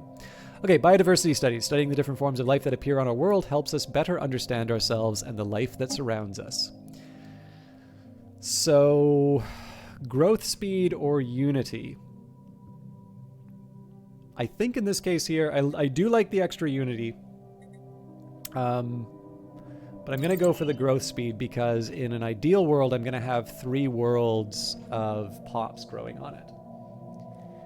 Yeah, definitely. Like, I really like Europa Universalis, but I really don't feel... I mean, like, the stories I tell about Europa Universalis are just different. Not necessarily better or worse, but they are very much focused on my playthrough, I wanted to do this thing, but I couldn't do that thing, so this other thing happened instead. Those kinds of stories. I'm going to spend on the alloys just so I can push things ahead a little bit. And this time I can afford to hit the colony.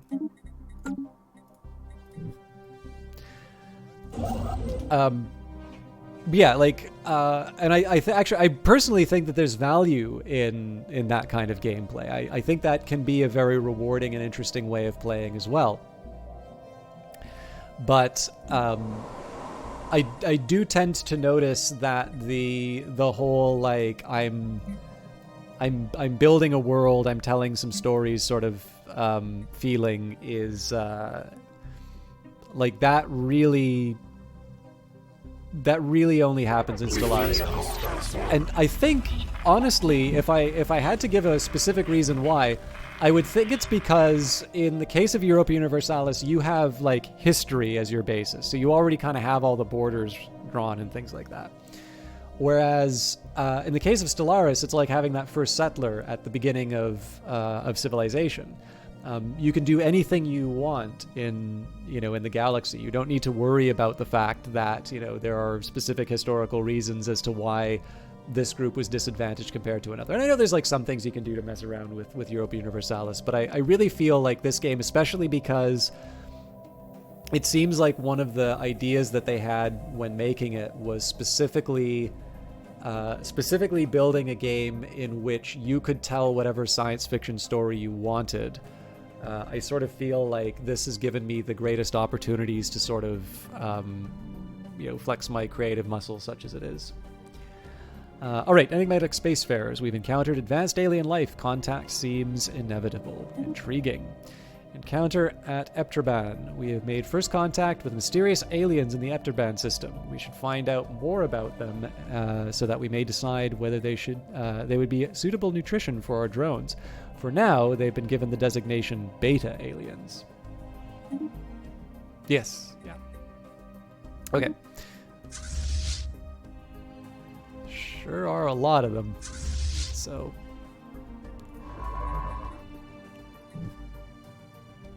we need to get stronger before we look at those.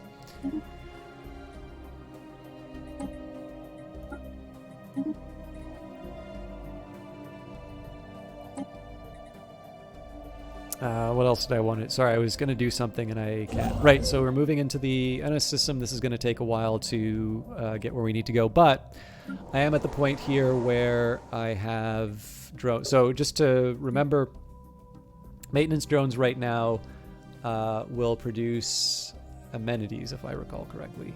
Yeah. And I'm doing okay for amenities so far. So what I'd like to do is I'd like to direct those... I would like to direct those... creatures. I'd like to direct my population towards more productive ends. So there's a couple of things that I can do here.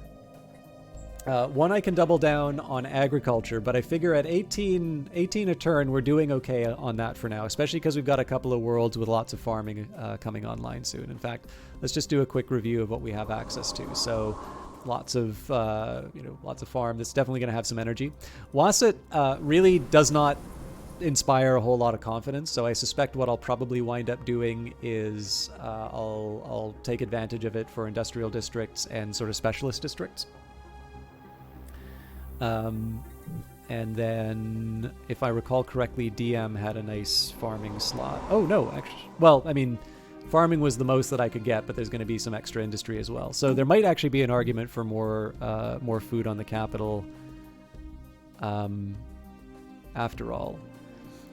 But I feel like I should try an industrial district if I can get away. I'm thinking either generator district or an industrial district. And for now, let's do industry.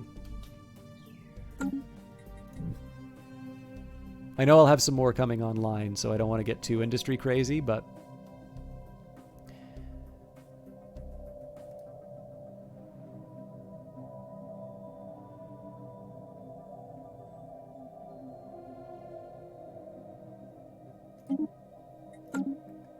just try and get our alloys up to claim a new system. So the reason why I didn't do the energy right away is that I'm going to be able to claim some systems and get some extra energy there. And I will largely ignore mineral production on worlds because I generally find that space gives me enough. Of course, we'll see how things play out. Okay, engineering research from researchers plus 20. Advanced instrumentation allows for the study and practical application of physical systems at nanometric scales. Let's start. Zero-G refineries is cheap. It's in line with my researcher's specialty. I gotta do it. I'm assuming, too, that adding the coil gun is not really going to make the difference against the 1K enemy.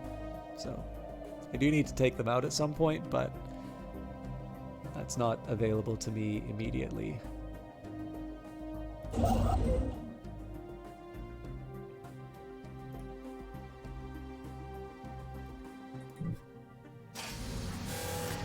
Spit it out! Once more, the gateway has been activated. This time, the activation lasted only a fraction of a second, but that was enough for something to cross over.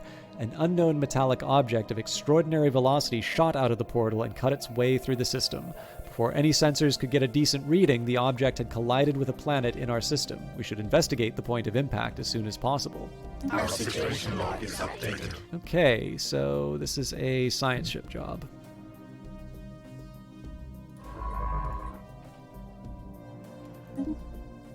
It would be nice to see what I've got, in the system as well, but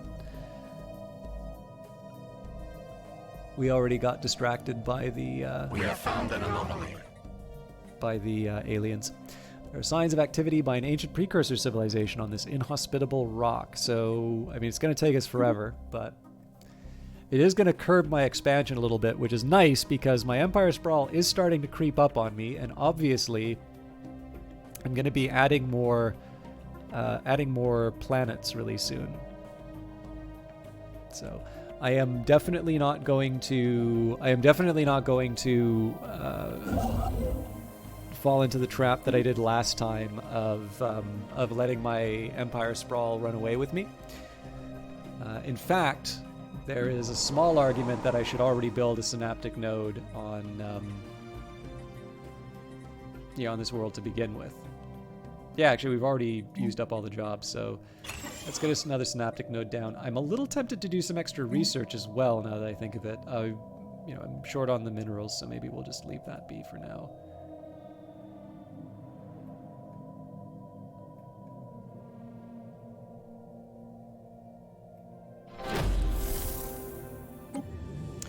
We've discovered a new life form in Eptraban, although calling it a life form may be incorrect. The entities appear to be fully automated mechanical drones built exclusively for some unknown industrial purpose. Observations will continue, but since it's likely that these machines are programmed with defensive protocols, it would be prudent to tread lightly. Keep looking, but use caution. I'm also a little curious how espionage works for a devouring swarm.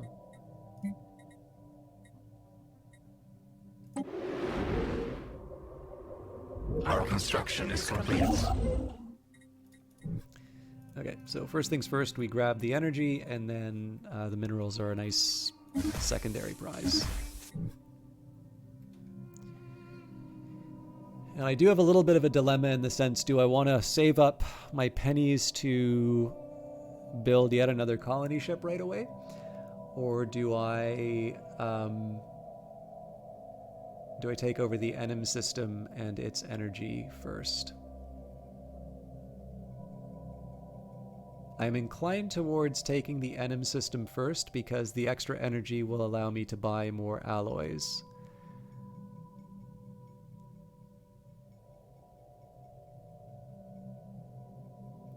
And this is now where, so if you want an example in terms of earlier decisions having consequences, if you, depending on your temperament, this is something that will be very frustrating to learn Stellaris if you're just getting into the game. Or for some people, it will be, this will actually be a feature you like about it. For the first Paradox game I got into. So there seems to be sort of a few vintages of Paradox fan. I was part of that group that got into them when Crusader Kings 2 was just starting to get its sort of surge of popularity. That was around the Way of Life expansion. I think I came in just a little bit before Way of Life. So, and you know, like the thing is like you could describe Crusader Kings 2 as like hard to learn, easy to master. I don't know if number 3 is built on this actually. I still haven't played number 3. Our special project is complete. But where was I going with this? Oh yeah. One of the things that I found really rewarding about it would be that you'd kind of lay these intergenerational plans, right? So you'd know that the character you started with. So I'd kind of like to start as a count and work my way up to become emperor. And you sort of know that the character that you are playing is never going to even remotely come close to becoming, Duke, let alone, king or emperor.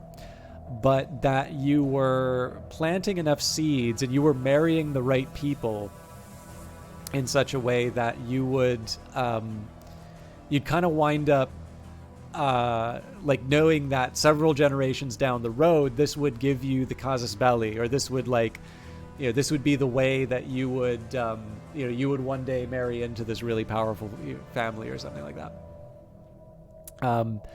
And to me, that was really appealing, the idea of being able to sort of plant these seeds and see them grow over a long period of time.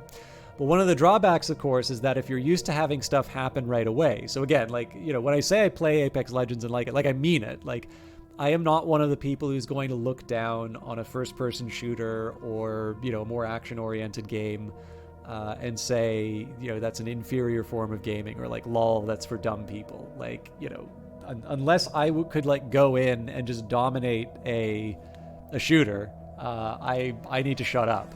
And more importantly, I just like playing them, so I wouldn't anyway. But where I'm going with this is just simply to say that one thing that I've personally found helpful is to be able to sort of have those check-ins on some of my decisions and what was the result? Like, where did that get me, or what was the penalty? So one of the penalties I'm facing right now is that I've been spending a lot of time sending my science ships after very difficult to research anomalies. This means that my science ships are not expanding sort of the map of the known galaxy. They're instead exploring anomalies and just kind of seeing how, stopping and smelling the roses. Now, there are benefits to doing that. But one of the consequences for this is that right now, the decisions that I'm making are limited between the Ennis, the Enem, and the MERS systems. I guess I already took the Ennis system, but like my expansion options right now are very limited. And I'm using my construction ship with those limited options in mind, and it's making me say, I'll use my minerals to build infrastructure that I don't really need right now, but I don't want to, I don't want to sell them for energy credits. So, it's very hard to play a game like this and say, oh, because I was researching anomalies, I wound up using my construction ship in a way that maybe I wouldn't have if I'd had the Bera system or the Pyth system explored, right? You never know. It could be that there's something really amazing just waiting for me in this system here, and I'd actually rush to go take it. But, the biggest thing here is not to advocate one approach over another. And in fact, most of the time when you play a game like this, especially if you play it on Iron Man mode, you're never going to know what the other option would have been until it's too late. But being able to just have in the back of your mind what a consequence of that decision was, to me is very helpful in terms of being able to grow and to be able to sort of decide, is it worth it to go and look for these anomalies right now, or are there other priorities that I have? Like right now, I don't really have any particular rush for taking these because, my Empire Sprawl is already so high. I'm going to be expanding with more colonies. So anyways, that's probably more unpacking than it needed, but I figured it was worth mentioning. Locating the crash site of the mysterious probe was far more complicated than anticipated. Readings indicate that it didn't crash in a conventional sense. However, the considerable velocity of the object approaching the surface also rules out a normal landing. So what really happened? It's time to take a closer look. We've discovered a new archaeological site. So again, here's a similar choice that I wind up making. Do I do the archaeological site right away? Or do I actually find out these expansion options? In this particular case here, I am going to go and do the archaeological site. And it's mostly because... It's mostly just because I'm conscious of this limit on my Empire Sprawl right now, so I'm looking for excuses to limit my, my border expansion.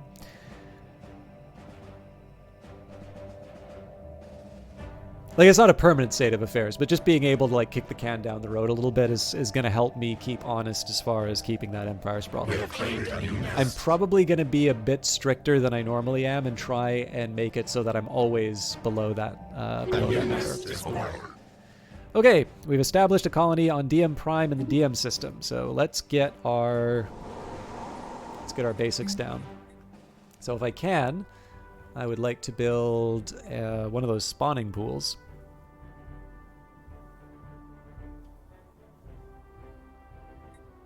So I have 3 jobs available already, so I think what we're going to do is we're going to mirror a few things on Phobos, so we'll put down the synaptic node and a spawning... Well, definitely a spawning pool, maybe not a synaptic node. I got to decide on that. Spawning pool is pretty much a must-have because that's going to accelerate my... population gains. And then... So the jobs that are going to get filled next... So yeah, I'm fine with the Hunter-Seeker drone. I'd prefer not to have... Well, I guess a maintenance drone wouldn't be bad because of the amenities. But yeah, spawning pools are a very high priority. Such a high priority, I'm actually going to spend money on them because I know I'm also going to have to build other... I'm going to have to build other infrastructure soon.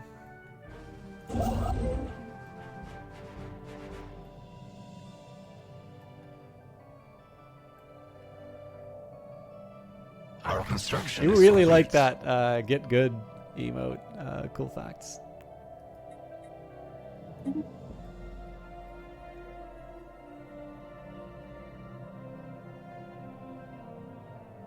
Actually, you know what?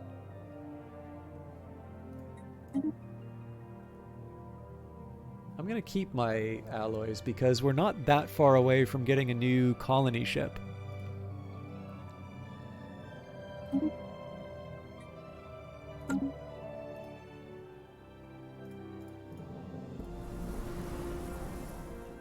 Let's just give it a day. There we go. This will be a bit slower growing, but it's, again, expanding the population as much as I can, nice and early. There's a side of me that thinks maybe even going to the MERS system just so I can get the extra 6 minerals.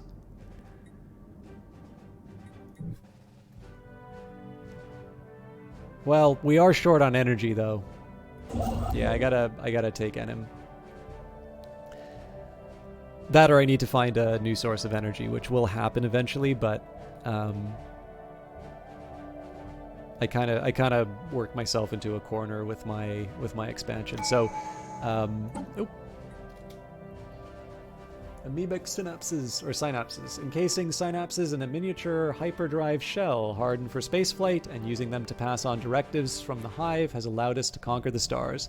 Starbase influence costs reduced by 10%. Now, we're not really hurting for influence, so I'm not too worried about that. But it is going to enable limited autonomy, which is going to reduce the Empire sprawl for our colonies, which is good. And then it will also do blot out the stars, which will reduce starbase upkeep, which will help me with my energy credits.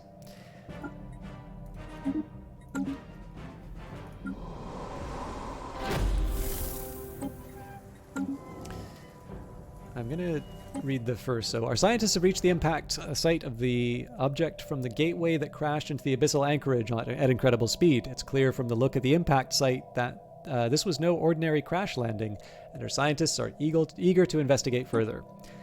Beyond impact. Initial reports from our excavation on abyssal anchorage are both extraordinary and a bit unnerving. Analysts on the of the surface debris in the impact crater and its immediate surroundings revealed a surprise. Apparently, the unknown object did neither break nor break upon impact. Somehow, the object managed to pierce through the soil and is now resting deep in the ground. Further excavations are ready to begin.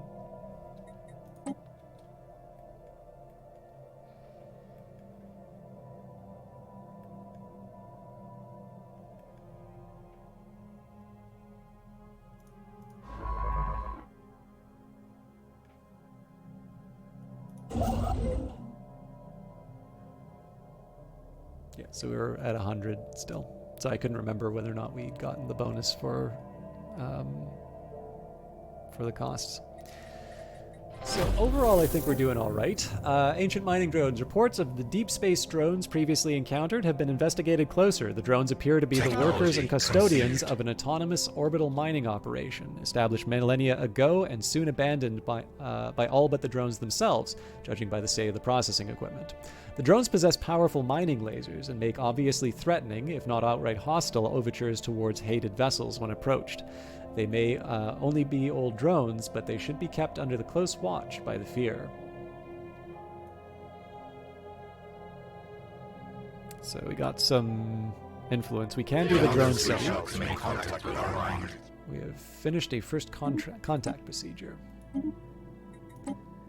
And we got field modulation. Okay, actually that's kind of welcome. So even though I was talking about how, you know, percent-based bonuses don't mean a whole lot if we don't have a lot of pops working on those resources, it is kind of nice that we're getting a little bit of a shot in the arm for our economy, because clearly I'm hurting for cash. Modulated fields allow for increased production and improved energy yield. We can do a fusion reactor. Those are usually pretty good, but it's really hard to pass up synaptic enhancers. 5% research speed across the board. Given that we don't have any research stations, I would shoot myself if I chose this one. So yes, research speed. And we have a maniac doing it.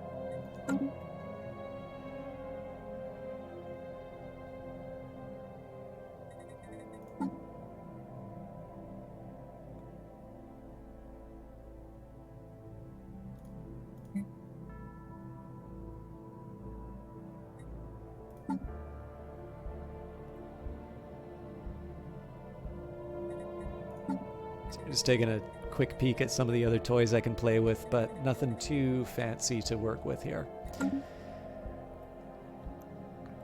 Okay, let's think, what else are we up to? So we're still plugging along at a very long anomaly, so there's not much to do there. We do have our 100, so Enim will help us get... Wow, we've got a lot of energy credits out of that. What's happening on Phobos?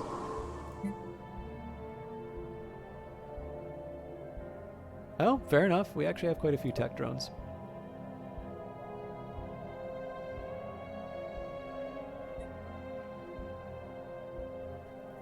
So there is a side of me that wants to plow some minerals straight back into upgrades on the Hive capital, because we're pretty much at the pretty much at the limit of the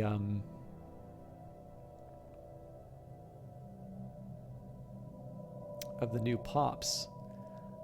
But I am also going to have to make some decisions soon about what I want this planet to be about. We're already starting to sort of test the limits of the planet size.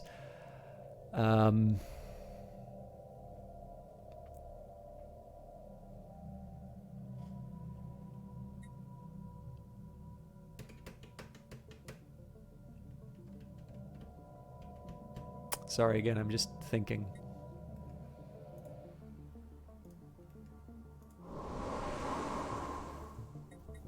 Our construction is complete.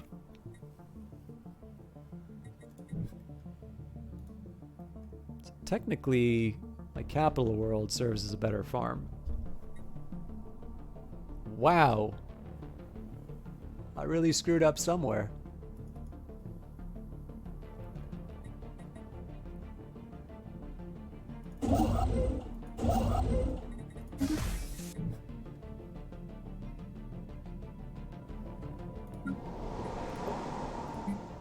Ah, I see why.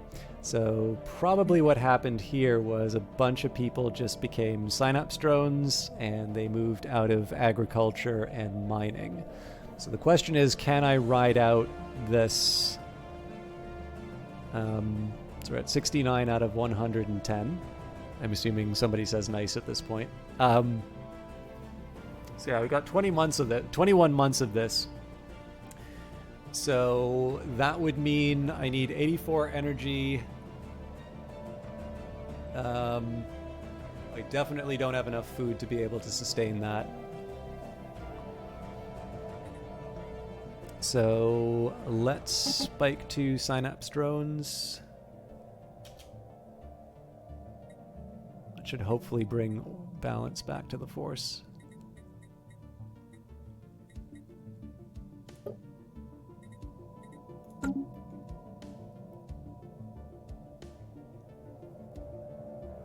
Well, not quite enough.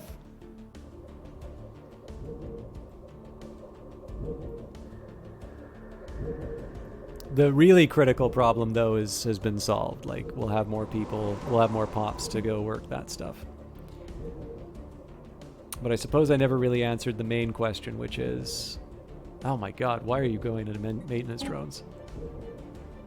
No, sorry, let's shift this around.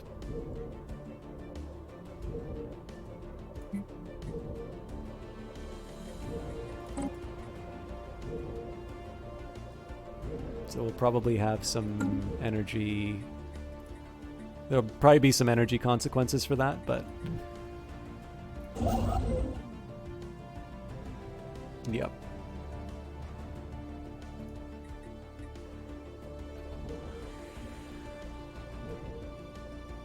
Our construction is Well, complete. no, hang on. Yeah, sorry, I'm not really thinking straight. So there's no benefit to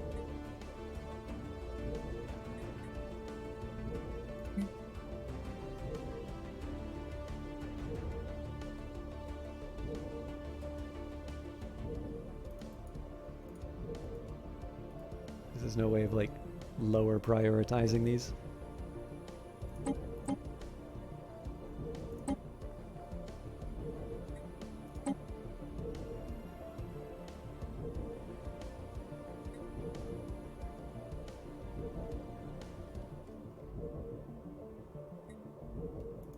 It'll do the trick for now. This is a very, very micromanagey way of handling the main planet. Okay.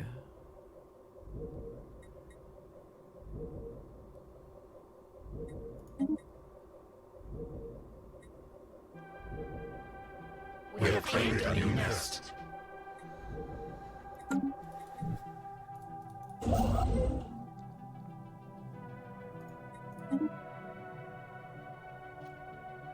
Well, might as well expand out to Merce, because I know, like, in the worst case scenario, I just up my Empire Sprawl.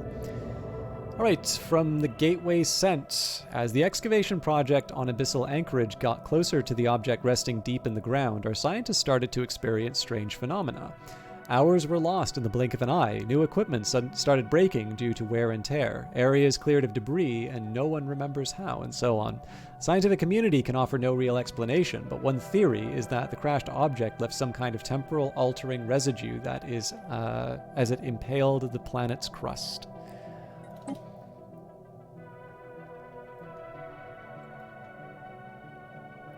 Yeah, so I definitely need to respect my minerals a little bit more because there's so much stuff that I want to build, and it's also very expensive.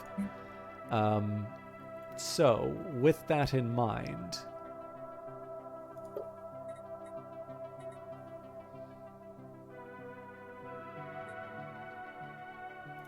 we did say this was going to be a farm, so let's get the agriculture district built right away.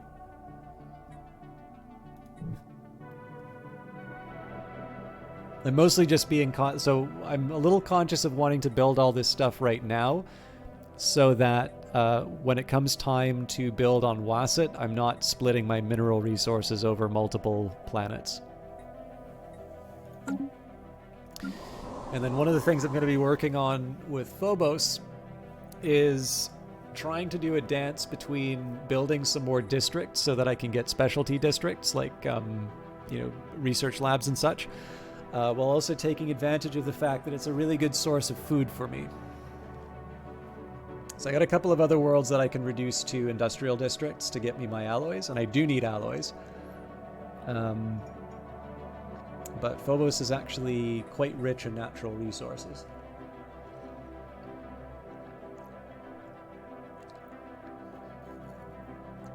The other thing that really compounds this this dilemma too is the fact that I'm trying to think of the best way to point this out. When you build an so let's just take an agriculture example. Oh, they changed it. So it used to be that you would basically get housing equal to the number of jobs that were created by one of these.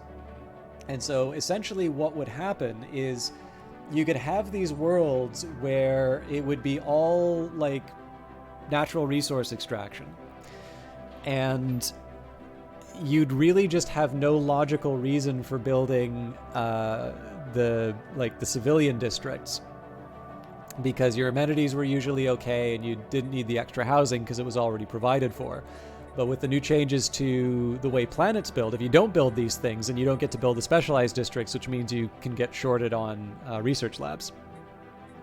Now again, not every planet needs to be sort of a jack of all trades, but you can kind of see how this sort of stuff can backfire. Like if you don't have a plan in terms of what you want to use a planet for, you potentially wind up in some really disappointing situations. I'm sitting on quite a few alloys right now, so let me just make sure that well, it won't matter because we've got some room, but I'll build at least one Corvette and we'll wait until I actually see this. Okay, the construction's actually happening. So yeah, so we got some unemployment. Now I can start freeing up some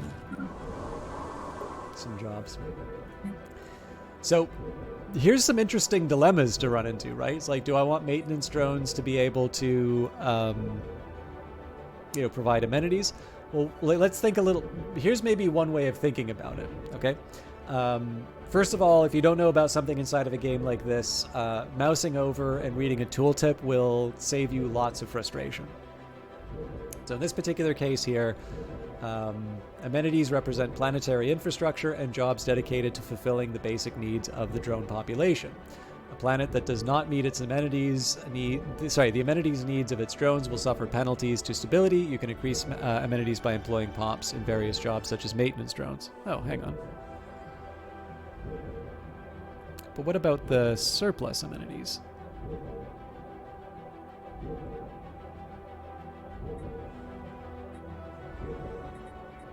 But that might be one that we need for the wiki. Anyways, so what I'm trying to do, basically, the trade-off I'm trying to illustrate right now is I have a job. Now, one thing I can do is let the AI handle it, but I don't think the AI was doing a very good job. So I'm going to kind of take control for a little while. And so in practical terms, I have one of two jobs that I can put a drone towards. One of them will be maintenance drone. So maintenance drone is going to generate amenities, and they're going to consume food in order to be able to do so. Or I could get a synapse drone, which is a specialized role. They're going to generate unity, and they're going to generate empire or administrative capacity. And they're going to cost quite a bit in terms of energy and food. So I'm okay as far as Empire Sprawl is concerned. And so in this case, if I boost up my Synapse drones, I'm going to be in a bit of trouble. Whereas if I boost my maintenance drones, the worst that happens is I wind up generating some extra amenities. I believe, though, if you have a surplus of amenities, you should be getting bonuses towards overall happiness. Let me see if there's a way. Oh, hang on. No, probably not, actually, now that I think of it, because there's no happiness for these things. Anyway, maintenance drone's going to cost me less, so...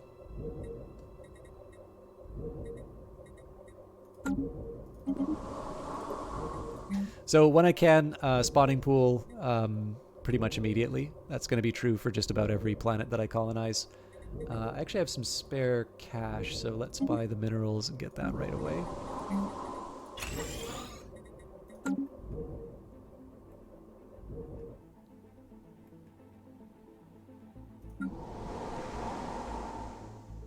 That food do be a priority.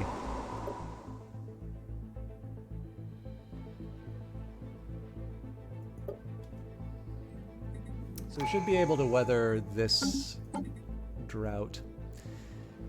Okay, limited autonomy.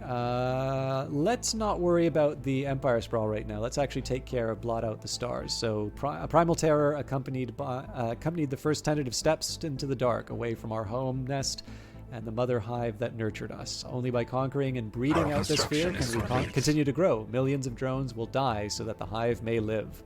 Starbase upkeep reduced by 20, and that should hopefully give me a shot in the arm as far as my economy is concerned. That's a filthy lie, and you know it. Oh, because I can't afford it. Right. Okay. From Gateway Sent, a room without a view. Our excavation team finally reached the final resting place for the unknown object that crashed on the abyssal anchorage. As it turns out, the object was of minor interest, being little more than a glorified cannonball, but the location quickly astonished the scientists. It was a huge chamber, hermetically sealed, with no entry points other than the smashed hole in the ceiling where the object had come down.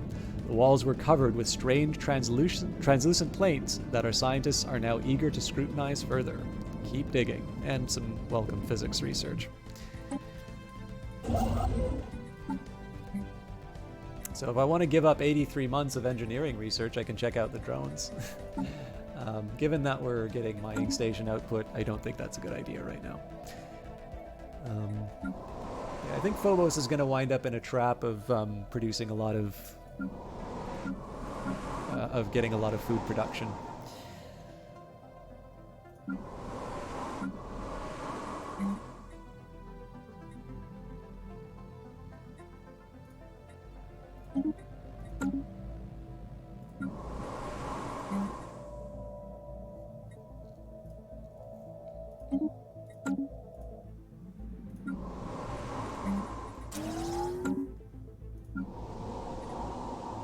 DM is also going to be a farming planet, but I'm dealing with the reality that Phobos. So I'll open up a worker slot for now, but I know it's going to go away when I build the farm. But yeah, so I'm kind of dealing with the reality that as much as I would like DM to grow very rapidly, I've got a few necessary jobs that are going to be take a while to be realized. Wasset, I'm already building the spawning pools, so that'll start seeing some improvements as far as the as far as the population's concerned. But just generally, I kind of need to accept that Phobos is where my food's going to be coming from, because when I generate a new pop, I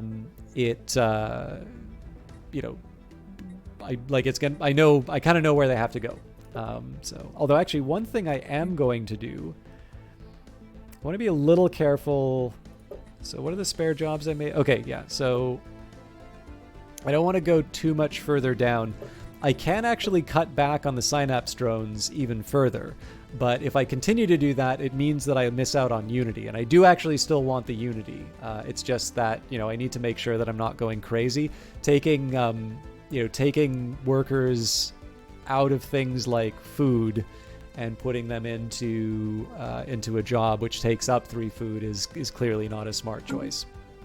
So, derelict Irison ship. A derelict Irison cruiser has been left forgotten over 1 million years in close orbit around Appalade 1.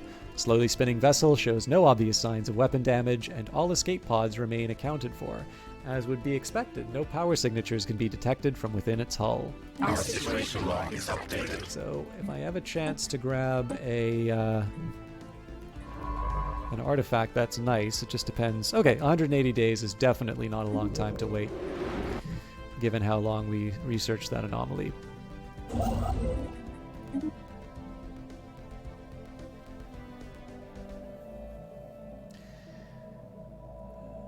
And clearly we can afford to build a couple more corvettes because we just don't have a lot expansion-wise.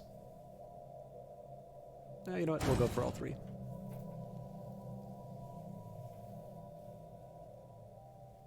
So one of the other things that's going to restrict me as far as expansion, I'm not too worried about Empire Sprawl, but one thing that is going to happen is this is a system that would be nice to claim because of its science bonuses, but it's not going to be too useful to me because if I try and claim those science bonuses now, in addition to the cost of building the starbase, I'm going to have to pay for the maintenance of the research. So essentially, I'd wind up cutting my energy credit production in half. Not quite the thing you want to do at the start. So we'll just slowly keep adding ships to the White Crush. We're probably going to have to wait a while on the mining drones. Although we do get to peek at them, so I guess it doesn't really show. I guess they're... It's like, obviously with their beam-based weaponry, we would want good shields. I'm trying to remember what their weak spot would be.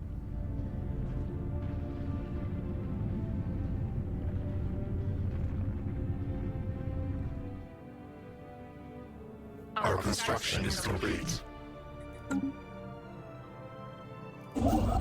Okay, happy with the mining station. I will probably at some point wind up building these science stations. Like if it's within my borders. Yeah, so this is a great example, right? +3. Admittedly, that's because I'm also building military vessels. But I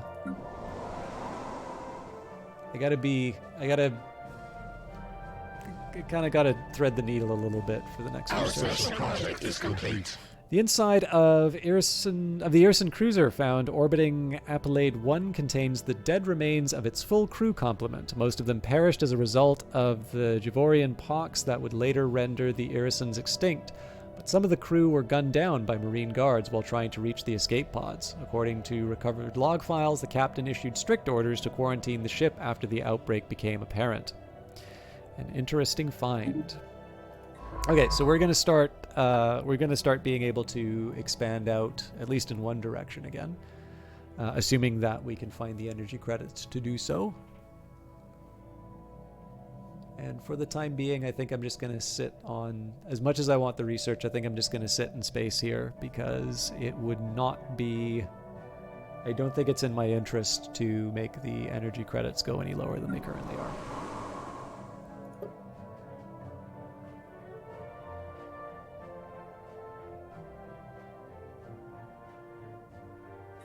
If anything, I probably want to build another generator district on the capital.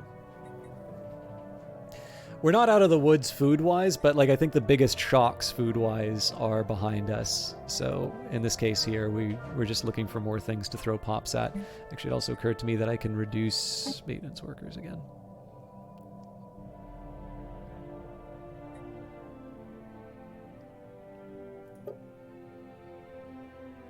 So yeah, this is not a bad example. Like I don't want to I don't want to mess around with this anymore.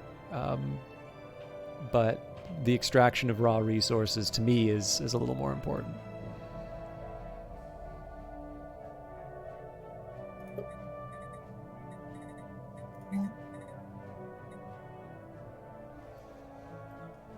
Oh, and I'm not going to be able to build my generator district if Wasat Secundus is ready to go. You know what? Getting my economy back on track is a higher priority right now. So as much as it pains me to do so, I am going to build the generator district. It does mean that our expansion is going to be a bit slow on Wasat Secundus, though. Although that was always going to be true because it's an arid world. Sniper, how you doing? All the good streamers are coming by tonight. I'm doing quite well. I got to see you. I didn't see the end of your quest. I think you were trying to go for Platinum in Apex Legends. For those of you who are fond of something a little more action-packed than what I play, I highly recommend M124 Sniper. This is actually a streamer who I found through Brian on the Rocks, who I don't actually always get a chance to shout out on the stream here. So, and I know for a lot of you, I have been bombarding you with a lot of broadcasters, but it just so happens that there have been a lot of very nice people stop by, and you know, I want to, you know, just because there's a lot of them does not mean that I think people should sort of get a shorter recommendation. But Brian on the Rocks works at Respawn, used to work on Apex Legends, and I found M124 Sniper through his community. M124 Sniper is a really friendly, very positive, well, I'd say broadcaster as well as an individual member of the community. You know, it was actually specifically their conduct in Brian's chat that sort of led me to their broadcasts. But even here, actually, one of the things that's really nice is to, you know, have somebody who's broadcast like watching, but also kind of stop by when I'm playing something that isn't necessarily under the genre that they primarily play. So another person who I definitely want to take the time and say,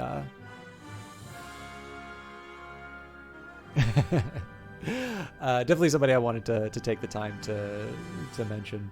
You were going for, oh sorry, Diamond, that's right. I don't know the ranks. There's no ranks in these grand strategy games, so but you only made it halfway through Plat 3. That's fair. I mean, so I was talking about this a little bit earlier. So I play infrequently. Like I unfortunately, I'm at the point where so it took me, my journey on Apex Legends was that generally I like shooters and I do like multiplayer games. So I really like the Battlefield series, but I also have this really terrible fact that I generally do not like playing multiplayer games with strangers.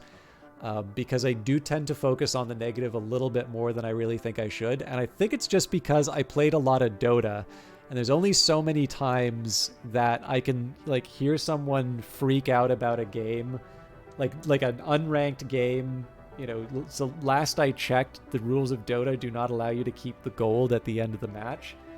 And I sort of decided, I was like, you know what, I just have better things to do.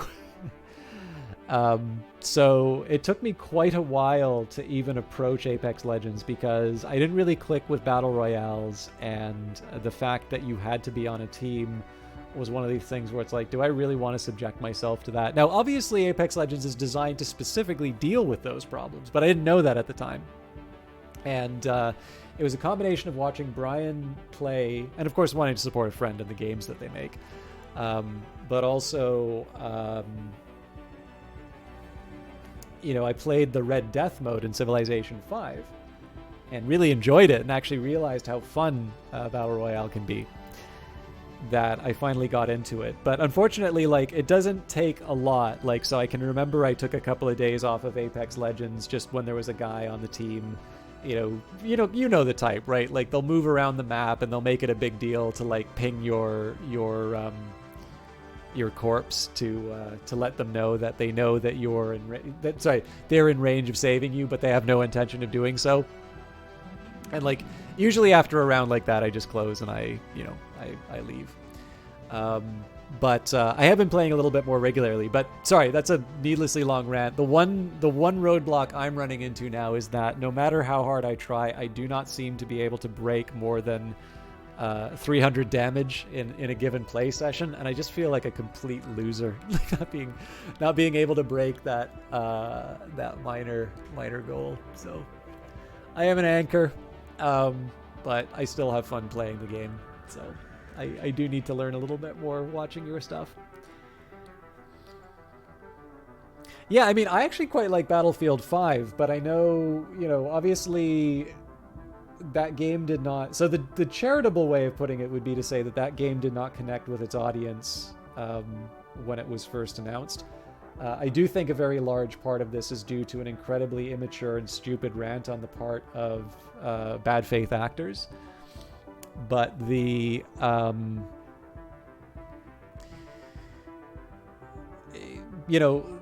fact of the matter is that I thought it was both a very good Battlefield game and like brought something new. So I actually rather like the fact that the Battlefield would kind of like raise and lower, right? You've got destructible terrain, but you've also got the ability to be able to build fortifications and such. But I think it's also true, like Battlefield 1 really amazed everyone by doing some history that hasn't really been done all that much inside of those kinds of games. Like World War I thought was a really inspired choice. And I think Battlefield 5 had a great idea in terms of sort of showing you the stuff of World War II that doesn't really, World War II as you haven't seen it before, both in reference to the higher fidelity of Frostbite as it currently is, as well as showing you parts of World War II that haven't necessarily been done as much. But I also feel that series is really, I think it's time to go back to the modern day. Like I think that's really clearly what people would like, and I think we've had enough time away from the modern day where it's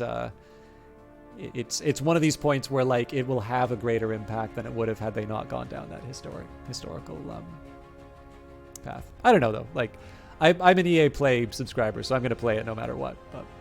And yes, actually, Uncle Cranky is a nice guy. Like I know he likes to sell himself, and his name says otherwise, but he's actually quite friendly in his stream.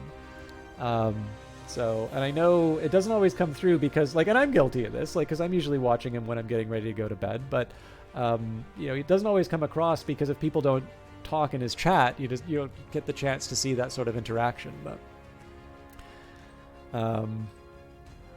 And yeah, no, it's a tough one, right? Like obviously I don't want to be imposing fun on other people. Like what I think is fun for other people is not necessarily fun for them. I have no intention of backseating them into playing a certain way.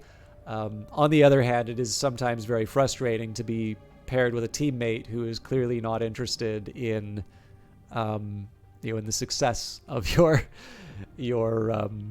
team as you are. So the addition of internal refineries on mining stations will substantially increase mineral production. Sorry for the unrelated Stellaris anecdotes, but so I'm a little tempted to go for the afterburners, and I do sort of have the alloys to spare.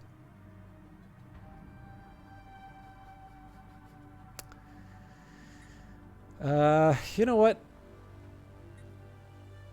So what's the difference? 49 months versus 61. Yeah, well, let's do the afterburners. So this one is, like, the thing is that you can do a succession of short run technologies and never actually build the stuff that you need. Sometimes when you see something you're going to put on your ships and it takes a long time, it's better to say, I'm going to eat those costs now, because if I really need the afterburners or if I really need the better guns, you kind of wish that you had them those years before when you had the opportunity to build them. So we'll put our alloys towards building other ships, although, of course, we're running short on energy.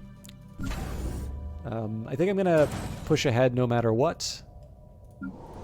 We should already be on the way to the generator district. And slowly but surely we will build towards the spawning pools. All right, an archaeological site in our empire has been fully excavated. What happened? Translucent plates covering the walls of a mysterious chamber found on Abyssal Anchorage made little sense until one team member reached out and gently touched one. The room exploded in light as holographic glyphs appeared out of nowhere, row after row of glowing symbols hovering in midair. The symbols were deftly translated in purpose of the plates. I believe it should be the purpose of the plates. And the chamber became clear. They contained detailed blueprints of an alien construction, a construction that would open the gateway. Oh, that's interesting. So maybe we don't need to wait for the... Technology conceived. Maybe we don't need to wait for the tech to open the gateway. Okay. Mapping the genome of an individual through the sequencing of their DNA opens up for tailored medical treatments and therapies.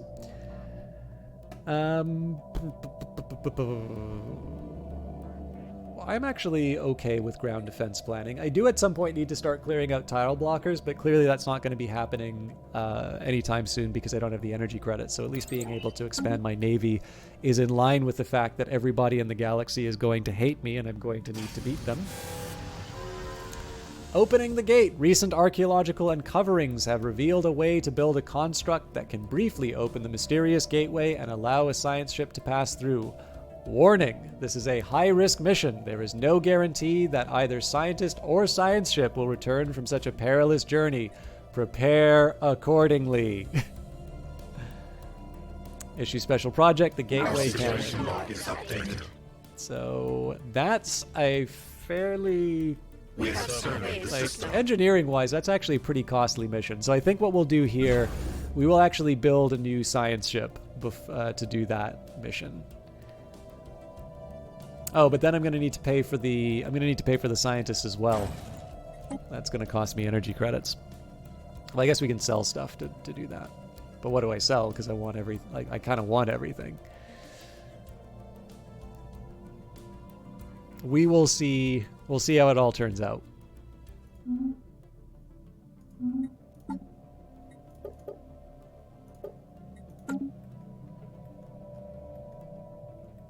Yeah, I think I should probably be a little less willing to take on science projects for the next little while, unless they're like brand new science projects from, you know, people I can afford to.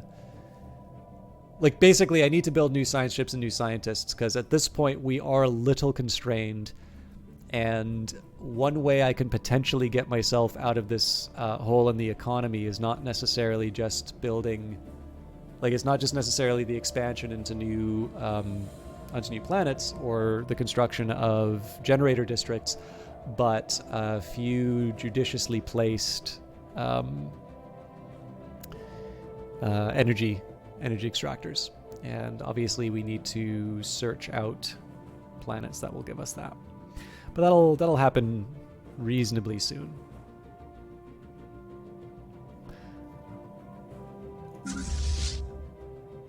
If I get too far on my... so I'm debating with the White Crush whether or not I want to keep the frigate as sort of like a capital ship in there, or if we kick out some corvettes. Right now I've got space for another 6 ships, which isn't the best, but it gives us a little something to work with. Okay, more traditions. So, limited autonomy, it's not something I'd be clicking my heels over, but it does get me the final expansion. So adopting all expansion traditions will allow all of your planets to build 1 additional district. This will not affect habitats or ring worlds. In addition, we will unlock 1 ascension perk slot. So every hive need not be directly controlled by the Overmind at all times. Instead, they can be given basic instructions and carry these out autonomously until new direction is required. So this will reduce my empire sprawl from colonies and basically the stuff that I've been doing. It'll lower my empire sprawl. We're still well within parameters. I'm probably overcompensating based on what happened the last time. But for the time being, let's see what my ascension perks are. So of course the most exciting one would be to become the Crisis. But we would need at least two others to do that. So there's a few different ways that I can go down this. Nihilistic acquisition, in my opinion, is not very helpful. I don't exactly know what abducting populate. I mean, I guess I guess what abducting the populations would do is resettling them on your worlds would mean that you... it would probably mean that it just gives you a nice little source of food. I'm not really excited by that. Interstellar Dominion would be good for expanding my borders, but of course it's energy that's keeping me from expanding my borders. I am very fond of technological ascendancy. Obviously, being able to improve your research in games like this is a big deal. One Vision, on the other hand, is one that will boost your unity. It actually does other things. So there's amenity usage and governing ethics. Clearly, governing ethics is not as exciting when you're a hive mind. But unity, being able to get these additional traditions more quickly is nice. Mastery of Nature was one that used to be sort of a throwaway, essentially. Like, it'd be useful in certain contexts, but this thing has really become a lot more helpful. So in addition to saving you the energy credits for clear blocking, there's the Mastery of Nature decision, and basically you can embiggen a planet by two units. And as you've heard me say a couple of times with some of these worlds, I say, oh, I'm running up against the limit of the number of districts that I can have. So being able to make your planets larger is a pretty big deal, particularly because I'm going to be expanding very rapidly, and so being able to fill those with productive drones is helpful. Uncle Cranky, so when do you forcibly mechanize the citizenry and become the Necrons? Well, I don't. First of all, I don't have the Necroids DLC, and number two,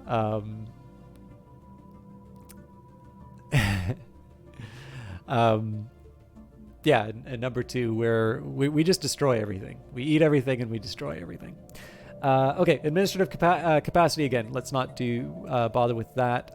Executive vigor is kind of tempting, but not something I need right now. And then transcendent learning. Especially given that my leaders are basically immortal, this is tempting. But I think I'm going to settle on my main three: technological ascendancy, One Vision, and mastery of nature. And I think technological ascendancy is going to be the one I focus on for now.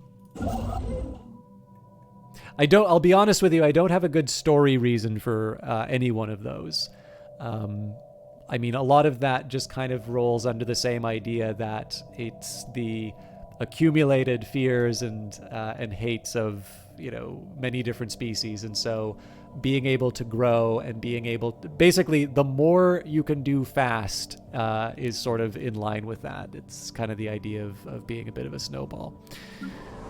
Okay, this worries me.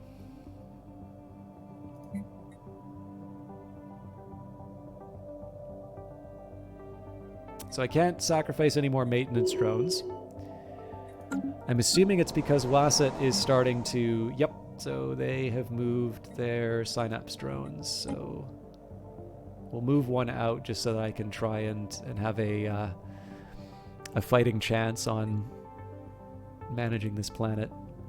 And Wasat is finally able to get its spawning pool. Oh, no, maybe not. I need 400, so we're close.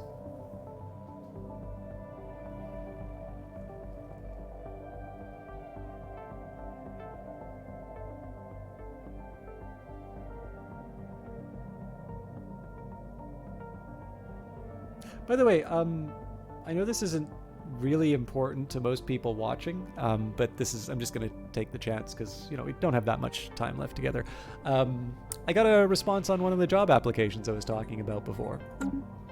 So I'm feeling emboldened by that. I will admit, so it's the best way of putting it. It's a highfalutin title. So these days, any response at all is welcome news. Yeah, well, the other thing for me too is that, so I have my existing job. Like, I'm not that worried about it. I'm gonna leave it be for now.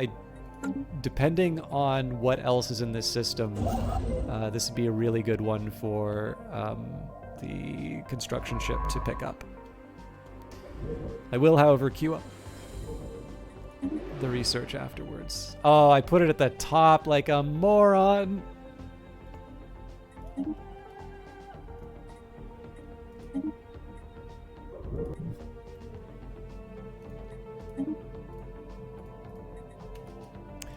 So I have my existing job, obviously, but one thing that I have found in terms of trying to do gaming stuff is I need a scientist.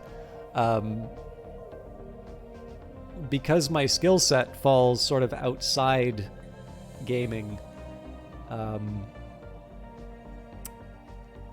this pains me to do so, but I am going to sell the alloys.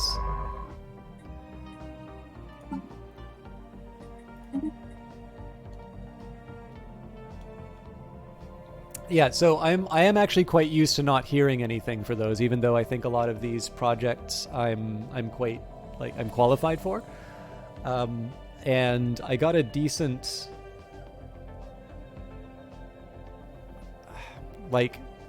I think that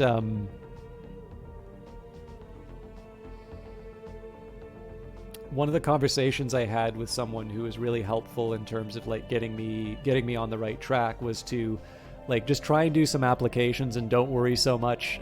Basically don't make the first technical interview that you do be at your dream job.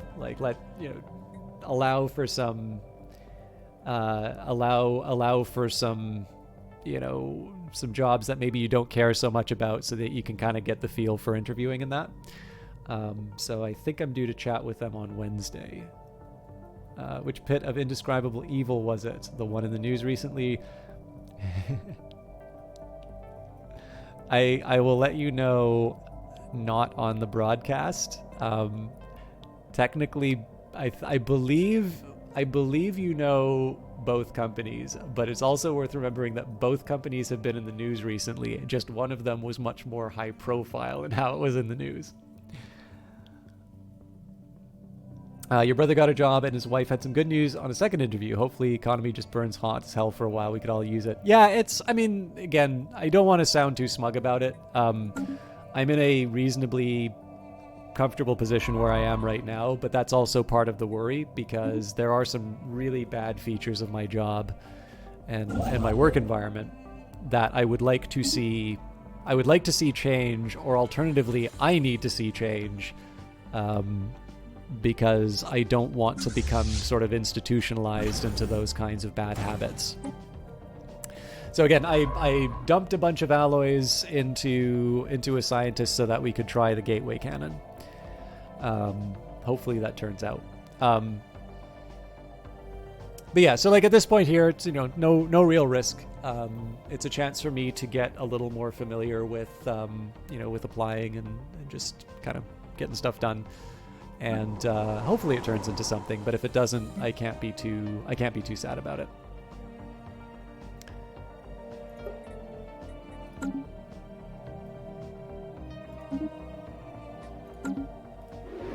So we should already be queued up to take care of that research after. Technology conceived. All right, thought before action. Our mind will evolve to ever greater heights. Well, I don't really need the colony development speed right now. Let's get the extra physics research. That'll actually put us on the same path as the others. I am delaying the afterburners too, which is not great, but it's all got to come from somewhere. So now it did just occur to me that I spent all the alloys that I would. We have surveyed the system. Okay, I mean, it's an okay system. I'm not clicking my heels. I can't remember what these things. I think they cost 2 energy now, right? Oh no, I got a discount, so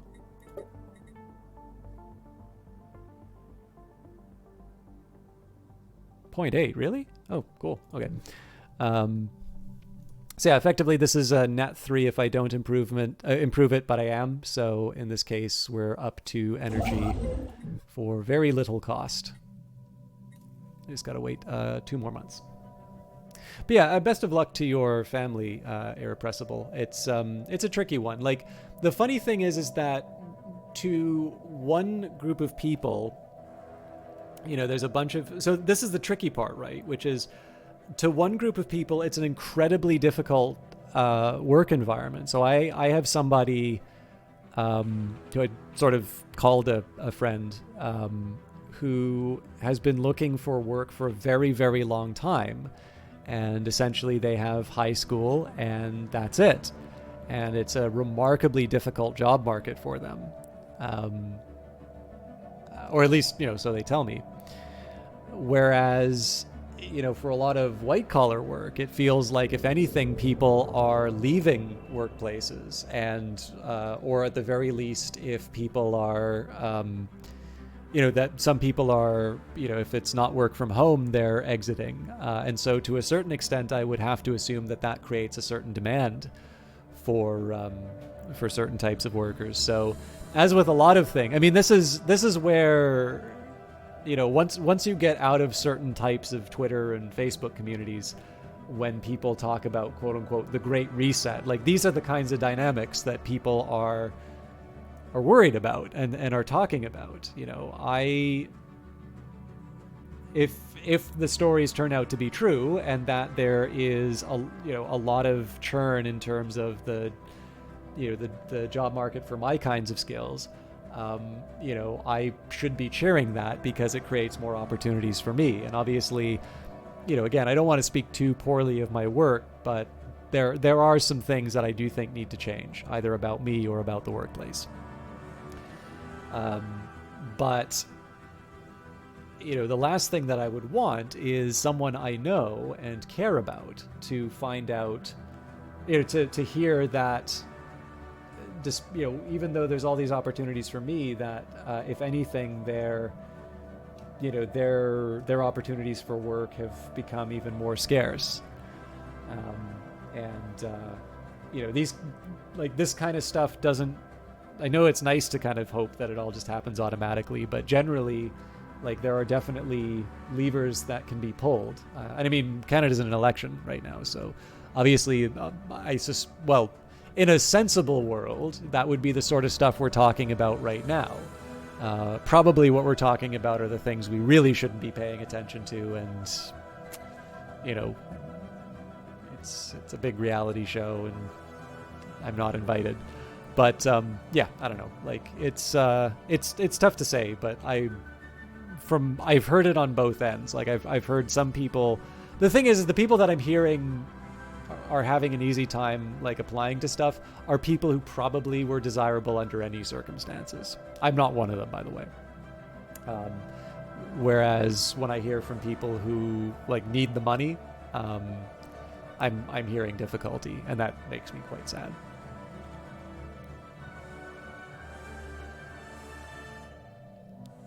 A far cry from a good development? I mean, Ubisoft's not that bad. I mean, I'm not crazy about their subscription service, but, like, I enjoy The Division 2. I actually think Assassin's Creed is... So the idea of a, like, live service Assassin's Creed, I'm really interested in. I think the next one they're working on sounds like a really good idea. But yeah, like, they're obviously not my first publishing choice. Like, I tend to, I tend to play a lot of EA games, so... We're fortunate all the people involved have college degrees. Your wife is a master's but has been teaching and making no money for a while. Yeah, like, one of the big problems for me right now is that I out of university, accepted that the role I would be taking on would pay less, but that it would be work that I felt was worthwhile, and I would potentially be working with interesting data. And unfortunately, the worthwhile part of that equation is somewhat dubious, and I really feel like the opportunities for working with the data were oversold, and as a result I am not utilizing my full skill set, and I think that is translating to me becoming too comfortable in the position and ultimately becoming a worse econometrician than I could otherwise be. So I've been mitigating that by going through textbooks and doing a lot of my own stuff, but it's tough, right? Because like, I don't feel like I should be doing extra work to make sure I keep sharp. I prefer to just go and work for a place that challenges me and makes sure that I'm doing my best each time. So anyways, sorry, that's totally unrelated to the game, but it's related to the population sims part. Abandoned terraforming equipment. Since our initial settlements of Wasat Secundus, several anomalies on the moon's biosphere have been discovered. The ecosystem is unstable and is not developed according to projected models for the world of this type. Our scientists suspect outside tampering, and these suspicions have now been confirmed. A few of our colonists have stumbled upon large underground terraforming complexes that were built thousands of years ago. The equipment was apparently deactivated in the middle of the terraforming process, leaving the moon's biosphere in its current unfinished state. If we supply enough power, we should be able to reactivate the machinery. There is no telling what the end result will be like, however. So this is a bit of a dangerous one. Who could have built this? Our situation log is updated. I would like to, I would very much like to resume the oh, it's only social, huh? Okay. Build that starbase. I like the way they release the same game every year, just alternating first person, third person, as other things, but that's Cruxvik. Yeah, I mean, I haven't played the new Assassin's Creeds or Far Cry's all that much, so I don't have... Like, I know my feelings about it, let's say, but I couldn't specifically point to... I couldn't specifically point to like an agree. I definitely remember a time where it felt like Ubisoft had a very strict idea of like what a game was. I think Chris Hecker had a couple of interesting responses to that perception, which gave me pause. I don't know if I like fully went on board with it, but it gave me pause, let's say.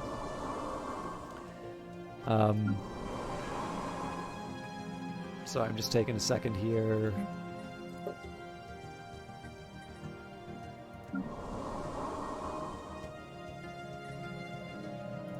So yeah, let's get those generator districts up and running. I'll hang on to the energy credits for now. But yeah, and I mean, then there's other stuff. Like, I don't play Rainbow Six Siege, but obviously that's totally different from any of the other games that they've done. So yeah, I mean, from what I understand, there was a pretty big transformation. I think it was, if I'm not mistaken, I think it was the Egypt one. I think, what was it, Assassin's Creed Oranges or something? But I don't know, like that would be, I feel like I should check those out and see how different they are from some of the other major series that they release. But I mean, obviously it's a very successful company. Like, there's demand for what they're doing. So, if it's not always for me, like, I wish there was an abridged version of Assassin's Creed. I'd be really happy with that, where you could just play all the games in like one big story. But I actually am not that bothered by sort of the sameness of Assassin's Creed, because I actually find it an enjoyable formula. Although it would be nice if they'd bring back Chessmaster. There are signs of activity by an ancient precursor civilization on this inhospitable rock. I will research it, although it would be nice to see what's in the Vera system. Your solution to the problem of a stagnant word? In fact, congratulations, Index Gnome. Yeah, the biggest problem I've had with that, sorry I didn't unpause, is I am very bad at pricing myself. Every job I've had some kind of a union or something like that to be able to price me. So that, there's a lot of stuff that I do in my field which I actually do voluntarily for indie games, and I'm happy to do that because these indie games can't afford to do that sort of stuff, and it gives me experience. So I'm not actually opposed to doing that, because I think it's like it's a good and nice thing to do, which also happens to be beneficial to me and giving me some like hands-on experience with game data. But yeah, I actually have a tremendous respect. So the Eyes of Sin, who's done my emotes, is sort of one of my not prototypes, but like one of the people I kind of highlight for this. Oh man, a size 22 desert world? That's the last thing I need. I'm gonna have big resource problems soon. Because there's definitely a side of me, like, so there's been some cases where I can sort of sit to myself and say, it's like, yeah, these are the things where people talk about entrepreneurial mindsets, where I kind of think this is something I've either done or could do. And then it comes down to the idea of actually asking for money for what I do. And it is inconceivable to me. Like, most of the time I'm just like, no, I mean, I should be paying them for the chance to be able to do this work. And that's the big hurdle I haven't been able to get over. But I mean, like, Eyes of Sin currently makes a living, you know, doing emotes and other art commissions for people. And I mean, that is obviously an incredibly competitive space. And it's hard to make a living inside of that. So, you know, despite the fact that, you know, they may not have a college education, you know, they've been able to pull off that the mystical price yourself element that I haven't. Here's 3 times the numbers that you thought you were worth in the start. Oh, wow, that's really cool.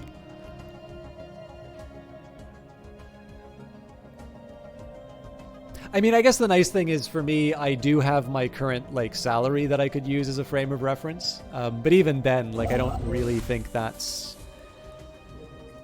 I'm not sure if that's the best model for me, because of course one of the things I was saying is that in my current position, I feel like the trade-off was that I wouldn't be making as much in order to be doing work that I felt was meaningful. So, I mean, originally it was going to work at a consultancy, but it's like, yeah, I'm too young to like make rich people richer. It was going to be like transfer pricing, so basically moving the money through jurisdictions to lower the tax bill. Like, this is work I might do one day, but maybe that's not like the first thing I want to do. So, you know, I think I should find out how much I would have made at that job. Self-taught UX developer, that's really impressive. So like, UX seems to follow seems to be a very broad umbrella. So like, do you have a specialization in terms of doing things like web, or I mean, even gaming, I suppose, because I know Stellaris is always highlighted as being a game to really highlight in terms of sending across complex ideas, or communicate complex ideas in a more simplified interface. Or is it like, is the fact that you're self-employed sort of mean that you're able to do a very large range of projects?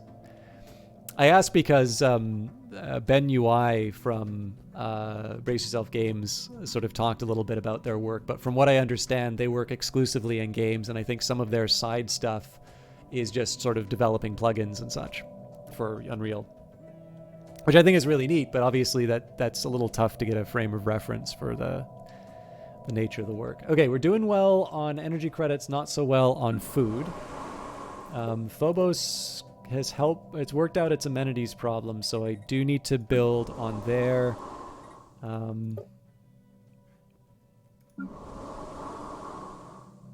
So if I open up the Synapse drone again, yeah, I'm probably going to run into food problems.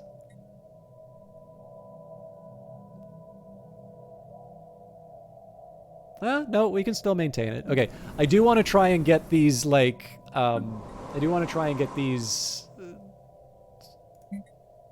these pullbacks out of the system. So we have at least one mining drone. I'm just trying to decide what the next planet should be. Well, I guess we were talking about food, so Wasset would be the... Well, yeah, but Wasset's already got the slack, so... I suppose I could put mining districts here.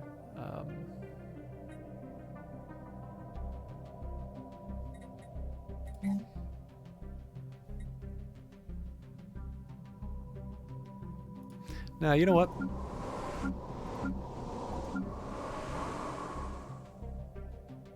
I think DM's gonna get another farm.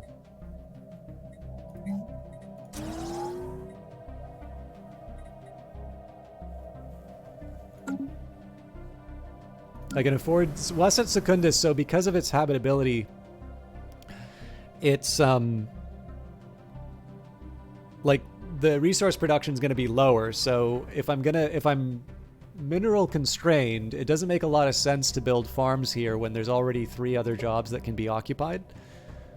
I'm drowning in Empire Sprawl right now. So if I want to make my economy a little bit better, I can shift, I can shift people out of those signups. But again, it would be nice if I could just like get all the jobs open again. Okay, but we have a big decision ahead of us, which is the traditions. You do aim to work with enterprise software, but you do anything you find interesting as long as they pay what you ask. Game developers don't have the money you ask, though, yeah. Well, I mean, I think this is very true. I think there has been a big problem with a lot of, like a big exodus over the COVID period, because like it's been very good for gaming in one sense, but I think a lot of people have been realizing how... Well, I think they've always sort of known, but basically the opportunities to make quite a bit more at other jobs and to do so in, you know, in environments that don't ask you to crunch and don't ask you to do all of these other things. I do, like, I've heard that there is apparently a big drought of sort of experienced and talented programmers.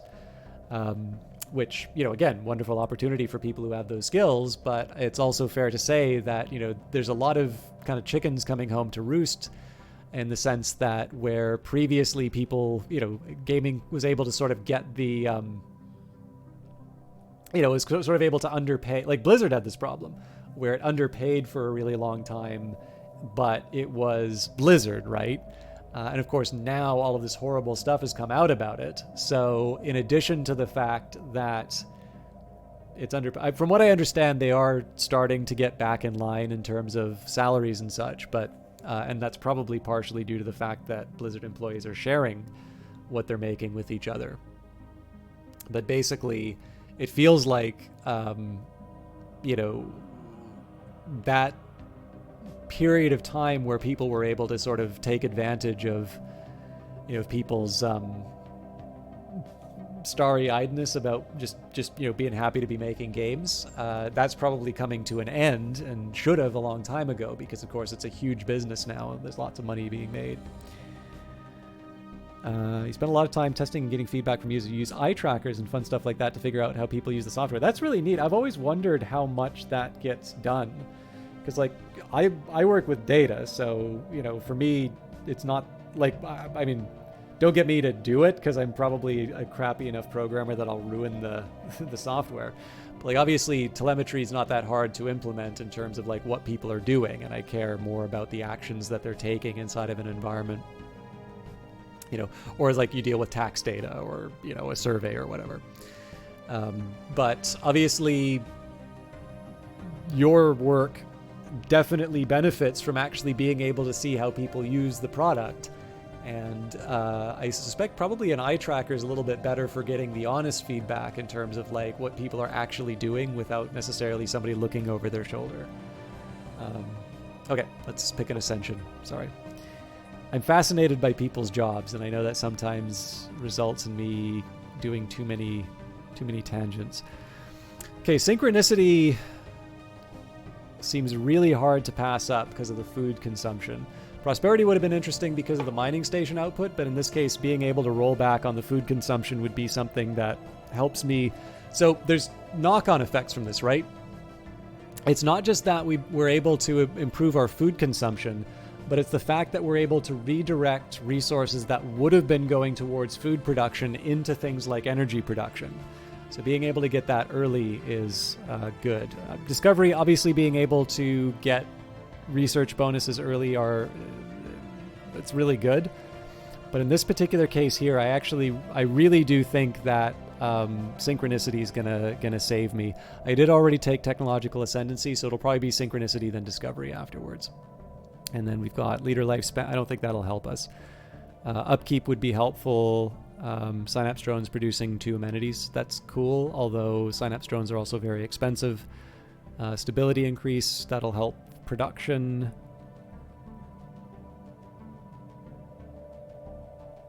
Yeah, maybe this and then... But I do think the food is enough of a bonus. We'll see, but...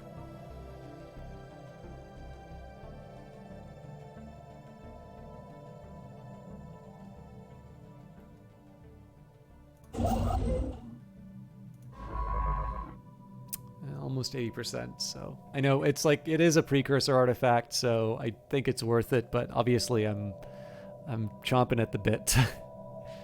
Yeah, wow, look at that. +7. I don't know if that's purely from the tradition, but that's a pretty big lifeline I just got.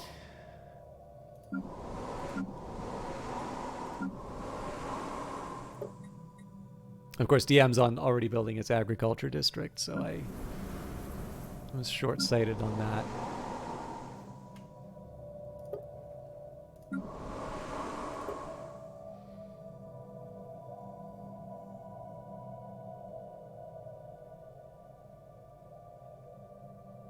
So before I build anything else, I actually need to build another hive district because we're out of housing.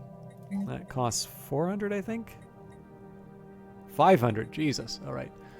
I am sitting on some extra cash, though, so maybe I could afford to buy it. I'm not sure.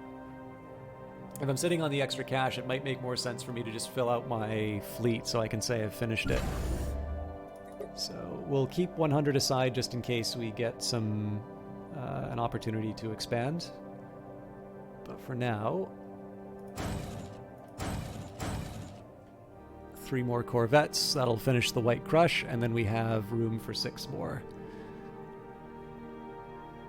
If we want to, like, obviously. Our special project is complete. All right. How's the game going? Well, I mean, I'm definitely not expanding as rapidly as I was the last time, and we've got plenty of Empire Sprawl with which to do it.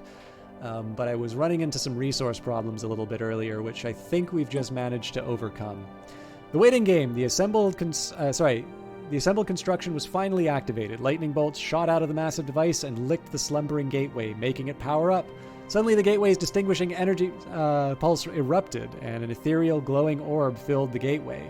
The prepared science ship immediately accelerated into the glowing expanse and vanished. Momentarily afterwards, the gateway instantly powered down and returned to a state of silent majesty. Now we wait. So obviously I'm very glad that I built an extra science ship. It is kind of interesting to see. So for those of you that have played this game back near the beginning, so some of you may recall Leviathans and the addition of the Horizon Signal.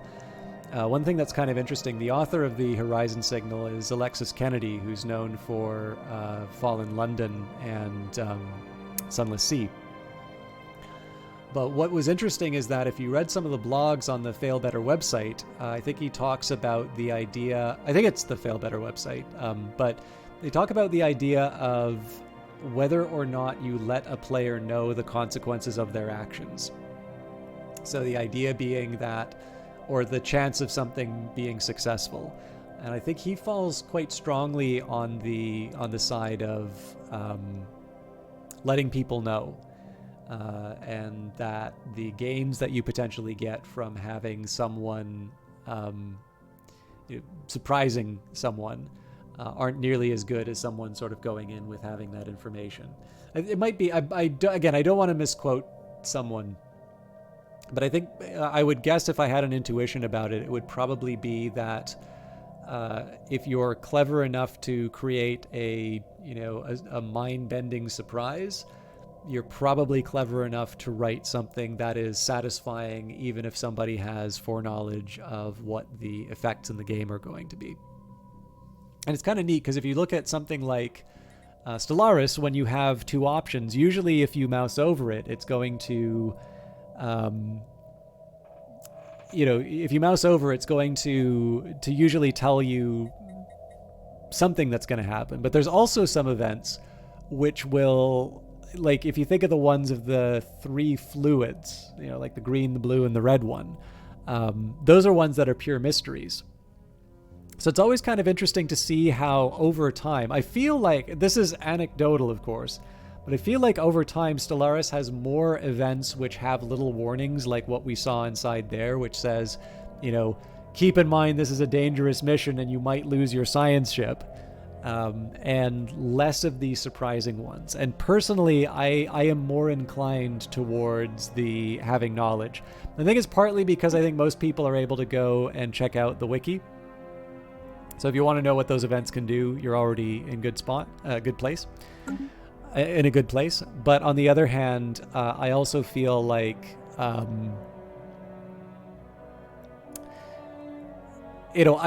trying to think of the number of times that a strategy game has surprised me and I've been happy about it. So Index Gnomes got it right. Like, I personally hate hidden effects in games, but then your work is centered around information and workflow. Well, it's not just that, but it's like Sid Meier tells this story of Civilization, so what's interesting to look at Civilization 6, because they finally added so many stuff that, so many things that were originally going to be in Civilization, the first one. So there were golden ages in earlier civilizations, but now there's rise and fall. There are dark ages as well as golden ages. And there were supposed to be natural disasters in the original civilization because SimCity was such an inspiration. And a lot of the times players would perceive it as the game kind of cheating and undoing their success, even though it was designed so that they would come back even better. So it's kind of neat to see Civilization finally being able to implement some of those things. But yeah, I'm generally on your side, which is that oftentimes surprises aren't really welcome. They're not movies, right? It's not like you want to have suddenly a major twist at the end and be like, oh, what brilliant writing. Like, generally in a strategy game, I want to be able to make decisions. And yes, sometimes there will be emergent circumstances that I need to deal with, but they're not it's a very fine line between that and then just pulling the rug out from under someone. So generally, I think being able to give a little bit of a nudge is nice. All right, thank you so much, Sniper. It's always a pleasure to catch your stuff, have you in here and to be able to catch your own stuff. Although I know I don't talk as much. So, and of course, we've sort of abandoned talking about the game for a little bit. So I appreciate you hanging out with us while we were doing that. So have a great night, and I hope it get a chance to catch you either at your place or Brian's. Right, I'll talk about the expansion in just a second, but let's get disease control done. Debris from what must have been a massive orbital installation has been discovered on Pyth 2b. Artifacts recovered amongst the debris have confirmed that this space station served as the headquarters of the Irisan Concordate's Authority of Disease Control some 1.2 million years ago. The Irisans were more susceptible to alien diseases than most known species, and the budget of their public health institute nearly rivaled that of the military. Despite this, surviving records show that the entire species perished with the Javorian pox. Our situation log is updated. So we'll push that research to the top. So expansion was sort of held back for a little while because we were really struggling with the energy credits and the food. Lately, we have solved that, which means we can now afford to expand out a little bit more. But there has also been the consequence of me taking on too many heavy anomalies. And so major choke points like Bira have so far gone unexplored, but we are getting ready to start expanding out to a few areas. At the very least, I should be taking Bira and this system. And then, obviously, because a size 22 desert world is available here, this is a very natural candidate for expansion. But the species probably had a faction that insisted the Javorian pox. Yeah, I mean, obviously, this event predates the current state of the world, but certainly it's a very timely one to be encountering. I'd forgotten that there was a disease-oriented precursor event.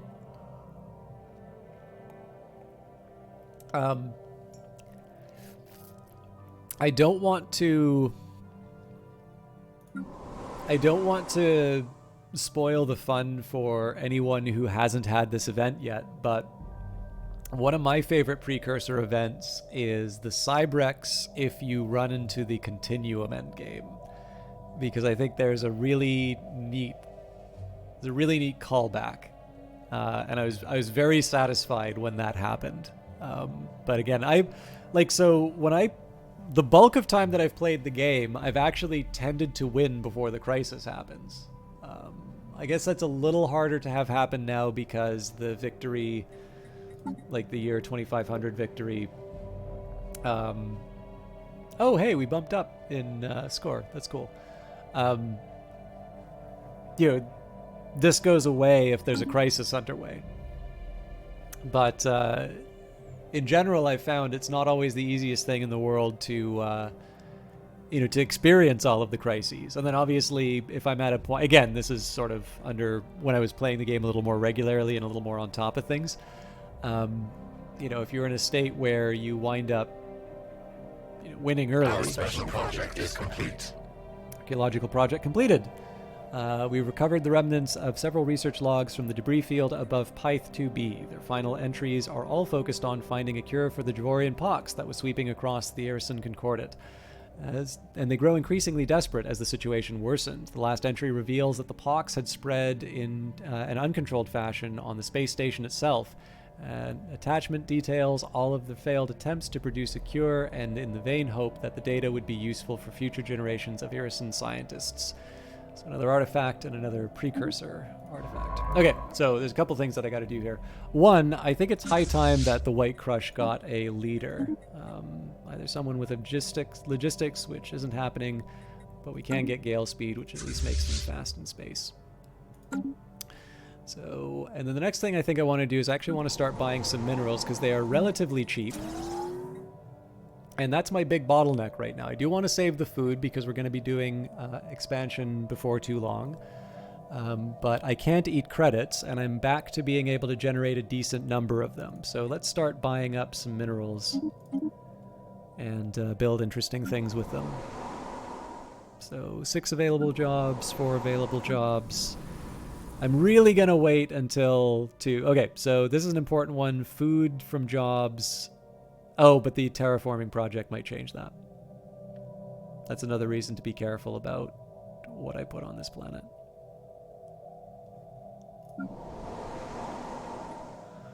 So, I am going to build a farm here just because I was going to split it between energy and farming. It would be good if I did proper specialization, though. I think DM is going to be a dedicated farming planet for sure.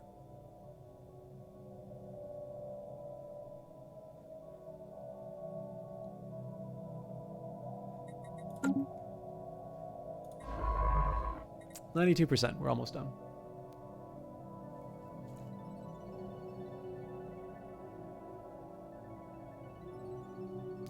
So the events that can outright kill you if you handle them wrong is bad if you don't get the info. Reason is you can spend hours in the game and just get cut short without understanding why. It's like a TV show that gets canceled mid-season. Having worked on a TV show that gets canceled mid-season, let me tell you that the upset is shared amongst the crew.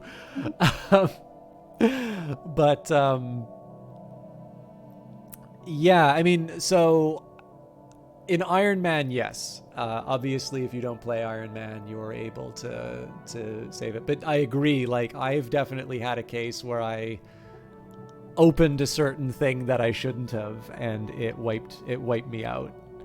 And that's... I'm not, like, I'll be honest, I actually struggle to figure out exactly why that's in there. Erison Mining Base, a series of deep boreholes on the surface of Akamar B3 are all that remain of the Erison mining operation that was active on this world some 1.2 million years ago. The hateful bow chaser was has conducted a thorough surface scan, but we have yet to find the remains of any actual mining facility. Again, this should be relatively short, so we'll put that at the top of the queue, and then we can finally get exploring the rest of the systems.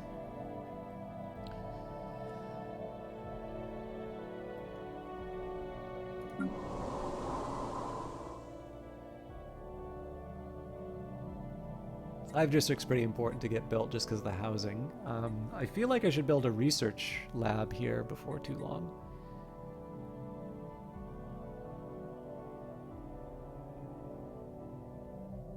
Although again, like my slots are getting filled up pretty quickly. And then I do need to start thinking about where I'm going to be building my industry because I haven't been doing that yet. I think Diam was going to be one of my industrial bases. But even then, we need to make sure that we're... Okay, you know what? Everybody's getting hive districts because I'm running short on amenities.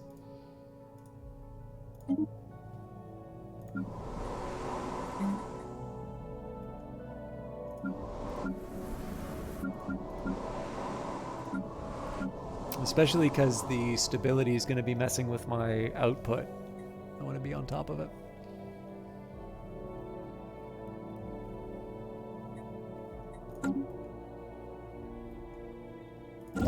And I do need to, so I'm already past the 3-hour mark. I'm putting some extra time in because obviously we spent some time chatting about things not related to the game, but I should just caution you that I'm probably going to be wrapping up reasonably soon. So, expansionary utilitarian space empire has a better housing policy.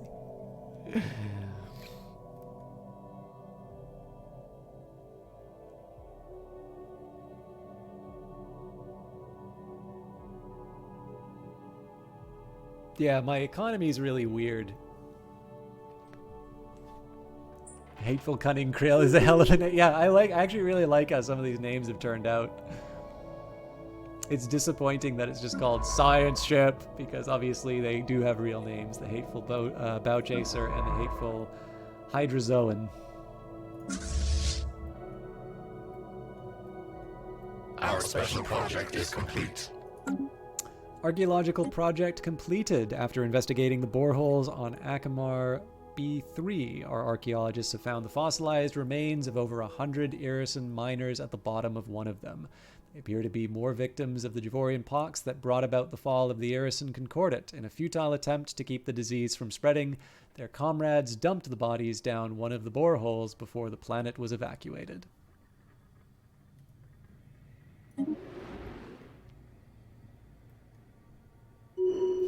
Trying to imagine a cunning krill, like they somehow work together to kill the whale instead.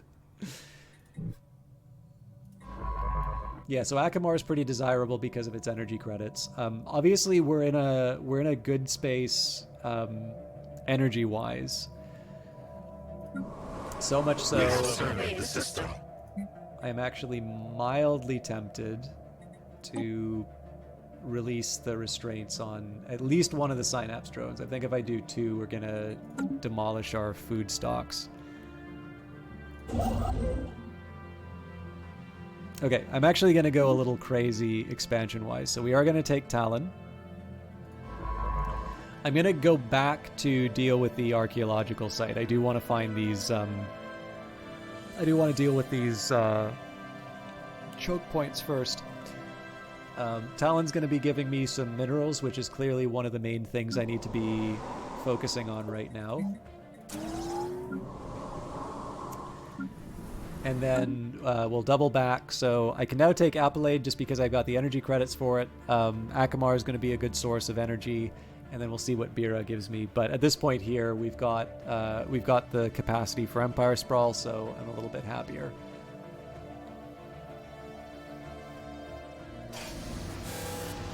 Return to sender. Without warning, the gateway in our home system flickered to life for a brief moment, just long enough for something to emerge from the glowing gateway core. The metal object responded to no hails, nor emitted any signals itself. Its true nature was unknown up to the moment when we managed to get a clear visual feed. It was the science ship we shot into the gateway many months ago. It has aged for more than that, though. Scanners indicate the ship being more than 1,000 years old. Of the crew, only dust remained, but some intact data recordings could be salvaged. The data included some marvelous descriptions of gateway technology, as well as an audio message left by a crew member. That future, my kind will truly know suffering on that baleful day, the day when the sky rains blue fire. Oh my god.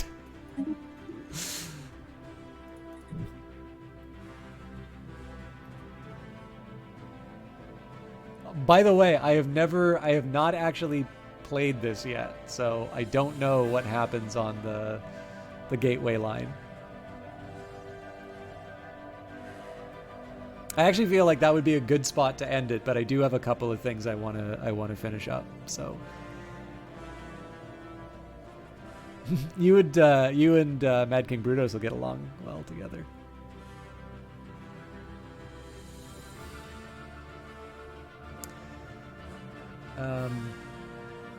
I also just want to keep conscious of my starbase capacity, so it might be really simple at the start. So like a starbase.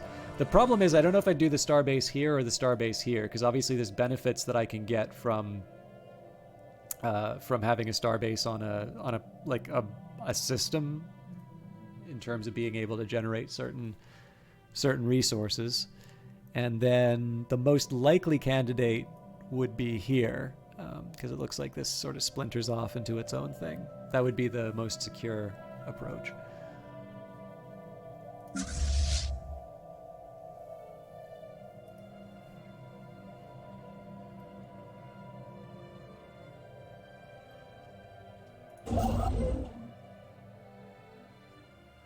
Yeah, we're a little bit better. So the really clear problem is my my minerals right now. Just because I've expanded so much, I have just so much stuff that I want to get.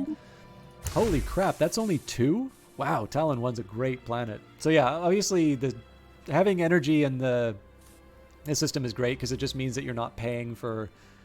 Usually means that you're not paying for the expansion. In this case here, I'm kind of netting out. I'm netting out as far as the energy is concerned, but I'm getting the extra from minerals, and then of course there's like the bonuses that we have. Let's take a look at that planet. Good for farming, not bad for minerals either, but I feel like that would be a waste. We have surveyed the system.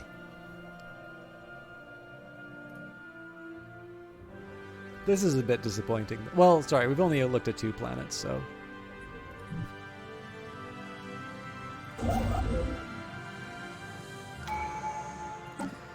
Okay, I think we said we were going to do instinctive synchronization, and as it turns out, we're running short on amenities anyway, so let's read what that says. Our growing hive has greater demands on synchronized work and development. Synapse drones produce an additional 2, or, well, they produce 2 amenities, because they don't produce, there's no additional. They don't make any in the first place. Natural wormhole. We have detected what appears to be a naturally occurring subspace phenomena on the edge of the Raprick system. A rift in the very fabric of space-time is formed here, creating a wormhole that our science drones speculate may provide a conduit through subspace to another wormhole located somewhere else in our galaxy. Depending on where the second wormhole is located, this could potentially allow ships to travel from one end of the galaxy to another in a matter of days. Unfortunately, this wormhole, like the vast majority of its kind, is inherently unstable. Any vessels foolish enough to pass through it would be ripped apart in seconds. They could somehow destabilized. Would you like to know more? I think the funny thing about the existence of a Starship Troopers movie, the funniest thing about that for me is that it assumes that a Starship Troopers movie did not exist. And I kind of feel like Aliens is sort of like Starship Troopers. I know it's not, but it kind of is, too. I'm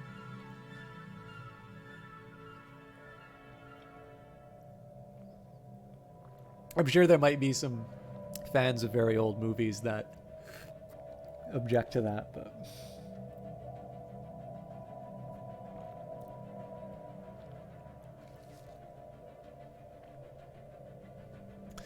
So, in an emergency, I could sell off my alloys for money.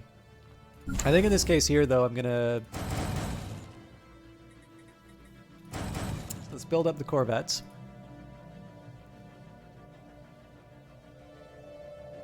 The new Aliens versus Marines game is extremely Starship Troopers. No power armor, though. Oh, the Aliens Fireteam game, you mean? I was watching Zerkovich, so for those of you that... So I still like I'm starting to come to peace with Total War. I think I'm starting to get it and like it. But if you're looking for a streamer who seems to do the Total War games quite well, Zerkovich, I've actually rather enjoyed watching his stuff lately, and so I followed his Twitch channel, and but I found out that he actually tends to do a lot of other kinds of games on his Twitch channel. So he seems to really like shooters. So he plays like I like Battlefield, so I'm gonna watch him play that. And he's been playing Fireteam a lot lately, and it intrigued me. I have not yet played Alien Isolation, so I sort of feel like I should play that before I go too far down the rabbit hole of alien properties. But so this is clearly kicking the can down the road. Like I'm building the Hive district instead of any proper infrastructure. We have found an anomaly. Efforts to map the surface of this planet have identified a strange mountain formation in the southern hemisphere. It does not appear to have formed naturally. One small touch I really like about Fireteam, though, is how if you have a bot player, they make it a synthetic. I thought that was a really neat touch. Okay, so you know what? Let's get Technology conceived. Okay, so we've got quantum theory exploring the mediation of fundamental forces through subatomic particles. Gateway travels only 795 months. Not sure if there's actually two colons. Let's find out. Because I'm going to need to host someone soon anyway.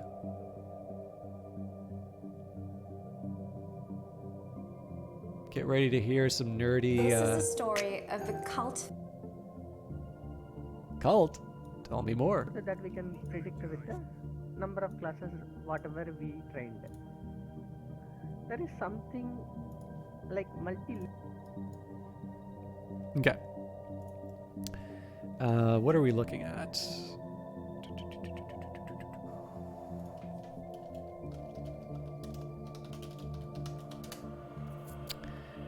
Oh, it is Aliens Fire Team Elite. Only one colon, though. Okay, fusion reactor would probably be my first choice. Well, I mean, the improved deflectors if I want to make the mining drones sad, but I don't think, even if I hit my fleet cap, I'm quite in a point where I can make them sad. So let's start with the fusion reactor. I'm 14 months away from afterburners, or... Oh, hang on. Ground forces. Yeah, I can definitely delay ground forces. So let's resume the process. This is risky. Oh my god, 81 months. Yeah, we got to do it though. Moses Secundus was partially terraformed thousands of years ago by an unknown agency. The terraforming equipment can still be found on the moon, and our scientists are looking for a way to resume the process. We resume it now. Oh yeah, I mean, like, so, first of all, like, by the standards of movies, like, I'm assuming, like, I don't know if there's another Starship Trooper, but, like, it's like a 1990s or 2000s Starship Troopers, like, starring Casper Van Dien or whoever it was. Like, by the standards of movies, even, like, if you want to call it a bad movie, it is not that bad of a movie. I have seen bad movies that are just really unpleasant to watch. And, you know, I just don't think that one qualifies. Like, I'm not going to say, like, if I were to spend my time watching a movie, I probably wouldn't be like my first recommendation, but I'm not going to like run screaming from the living room if somebody puts it on. But yeah, I mean, I'll also be honest, like, I've seen it once. So is 1997 movie? Okay. Yeah, I mean, I've heard this about Paul Verhoeven because apparently he made another movie that is widely panned, maybe more panned than Starship Troopers. I think it was called Showgirls. Now, I have not seen Showgirls, but I have heard the argument that it is a widely misunderstood parody on Cinderella stories, and it is supposed to be a much more subtle movie than it gets credit for. And all I can say is, like, I know my reaction when I hear of a movie called Showgirls, and my first thought is not subtlety. But yeah, I don't know. Like, it could be that this is Paul Verhoeven's thing, and he's actually, you know, he's just very good at making very subtle satire that doesn't get picked up on. Or film critics have too much time on their hands and are justifying the unjustifiable.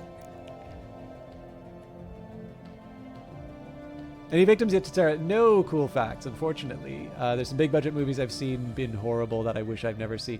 Yeah, like, this is the big thing, right? Like, so I have seen Starship Troopers, and, like, I'll be honest, like, I don't find it unpleasant to watch. Or didn't find it unpleasant to watch. Like, maybe I'm remembering with rose-tinted glasses. But I have seen movies, even, like, really old movies like that. Actually, it was 97. 97's the same year as Titanic then, right?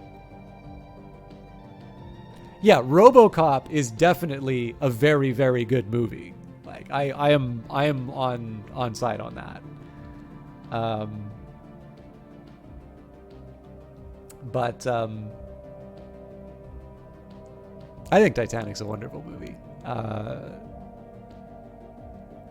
Anyway, sorry, I lost the point that I was going to make, but yeah, I don't know. Like, I do know our like, I think the biggest thing is that there's a culture, at the very least, among sort of nerdy types, to kind of like to shame people for their choice. Like, oh God, you watched Starship Troopers, as if like we have not watched movies that, you know, turns out we didn't like. Like, as long as you had fun watching it, I think that's really the only requirement.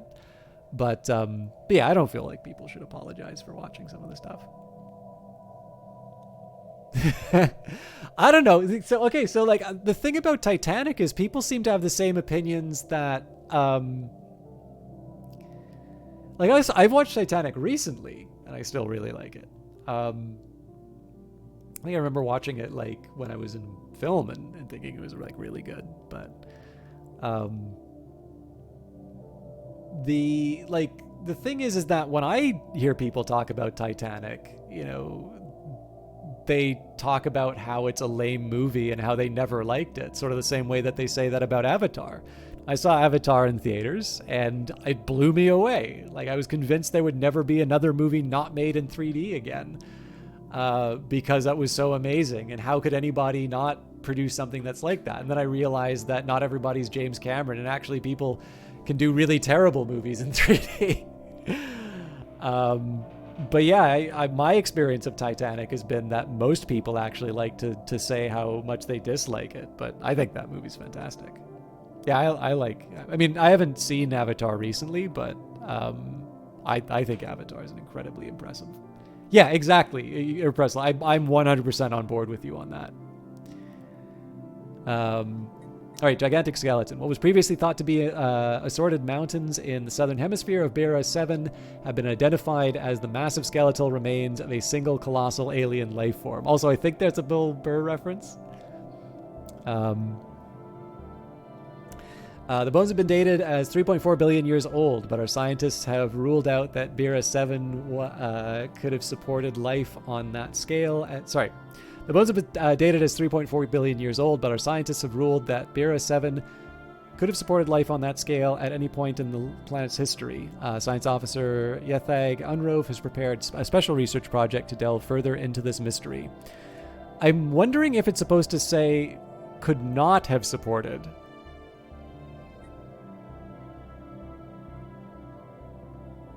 Like, it can work both ways, right? The bones have been dated as 3.4 billion years old, but our scientists have ruled that Bera 7 could have supported life on that scale at any point in the planet's history, meaning we've dated at 3.4 billion years old, but our confidence interval is massive and essentially covers the entire life of the planet. Or it could be the bones have been dated as 3.4 billion years old, but our scientists have ruled out that sorry, I get it now. I just parsed it wrong. So our scientists have ruled out that Bera 7 could have supported life on that scale at any point in the planet's history. So they're saying these fossils shouldn't exist. I'm an idiot. If your co-art was 1997 era wine moms, you'd probably still hear people unironically like Titanic. Okay, so I am definitely not a 1997 era wine mom.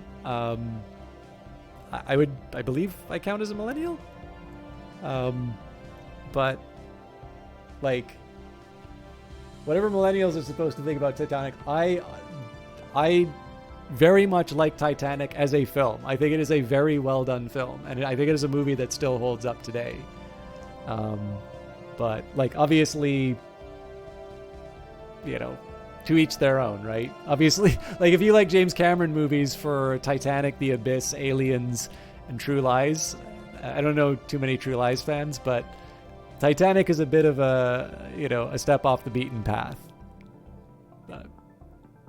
Anyway, Situation log is updated. usually when I start talking about movies a lot, that means that it's time to wrap up the game. So we're gonna get a last couple bits of housekeeping done here. I might check out. Yeah, we can investigate the giant skeleton, but we'll do that after.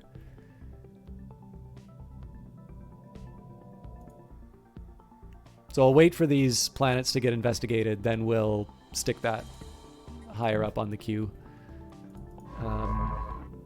I feel like once we finish surveying Raprix, we're going to go back and do the archaeology site.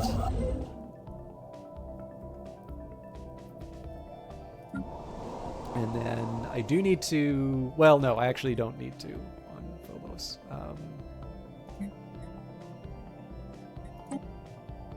This will kill my economy, but...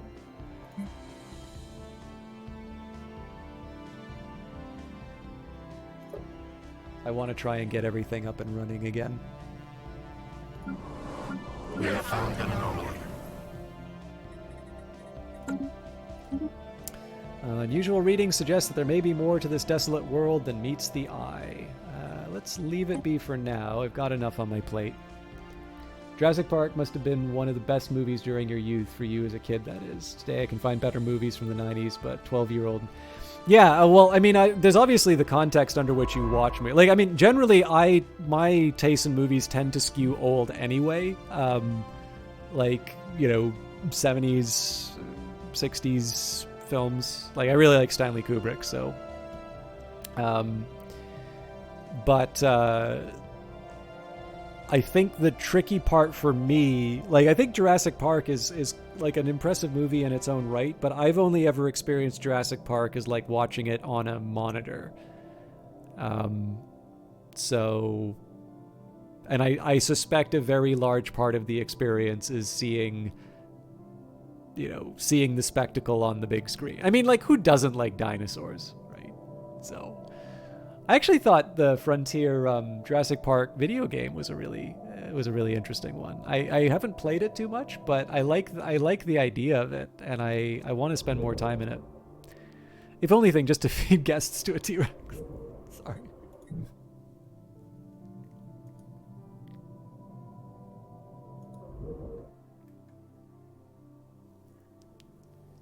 We have surveyed the system. All right, we briefly detected some unusual energy readings emanating from this planet. It might have been a glitch in our systems, or it could be a sign of something more. Okay, so we're going to say leave it be for now. I've got a specific order in which I'm going to be doing things. So let's do...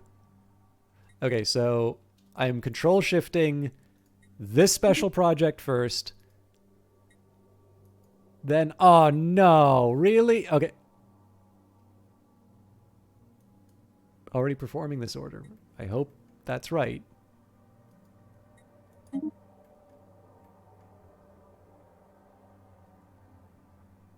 Okay, so it should start researching this one, then this one, then this one. That's the order I want it to do. And that's all my shift clicks. Sorry, control shift clicks.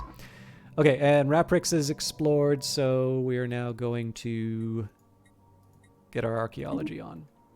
So this is the Deja Vu Dig. Scans of Talon 2 uncovered an artificial chamber deep beneath the surface. Its purpose and origin unknown. Magnification revealed an excavated shaft leading from the surface to a subterranean vault. Further analysis will require sending an expedition down to the surface of Talon 2. One other thing I should also say too, my source of like crummy movies, actually I think this is a 90s movie. So Riff Tracks has been a wonderful source of watching sort of cheesy movies.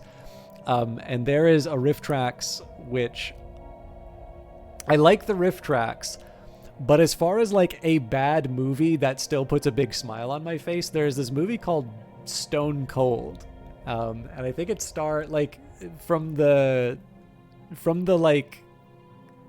riffs on the riff tracks, I get the impression that it was like a vehicle for a football star, like turned actor.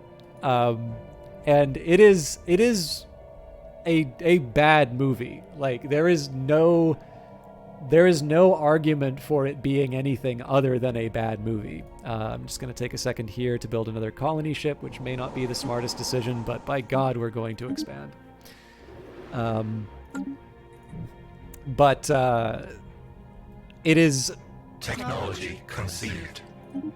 so silly in all the right ways that I enjoy. And then again, because you have the really funny commentary, like that'll keep you through the dark moments where you're wondering why you signed up for this thing. But if you haven't checked it out, Stone Cold on Riff Tracks is probably worth checking out. These powerful thrusters provide additional combat speed, but consume a great deal of power.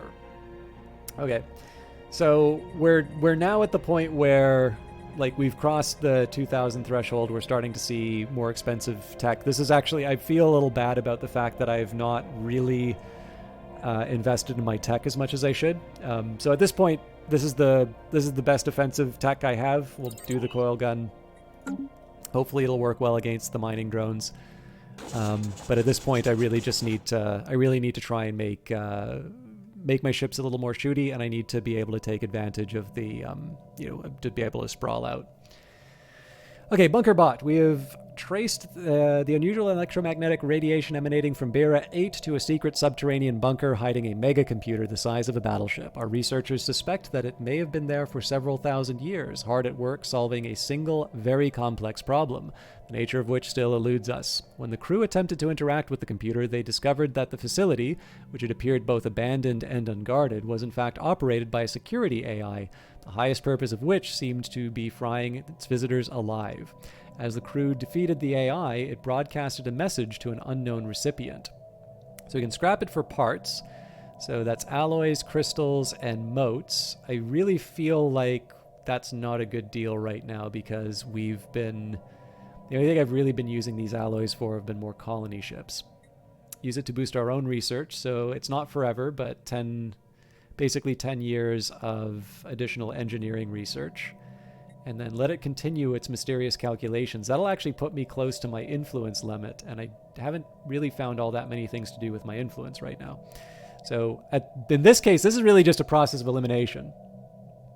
1991, that probably is about right. Like, it's got Lance Henriksen in it, and he looks a bit like he does in like the Alien and Terminator movies. So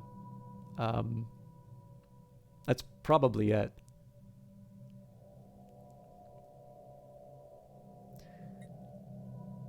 But yeah, like, I probably wouldn't recommend like watching it on its own. Like, it's probably best with the riff tracks attached to it. But I don't know. I thought it was funny.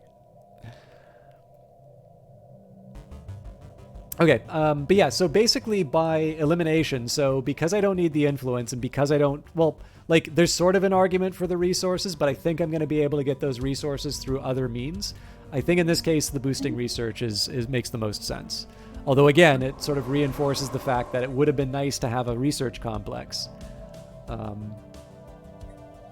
In fact, I'm learning, because of the base mineral upkeep for research labs, I probably should be investing a little bit more in my mining districts.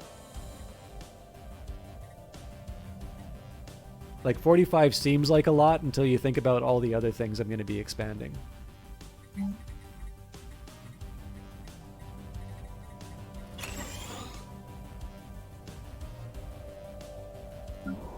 So 6 jobs available here, 5 here, 3 available right now, and we are hoping that we can get the terraforming done before we can make, before we make hard decisions about how this planet's going to be used.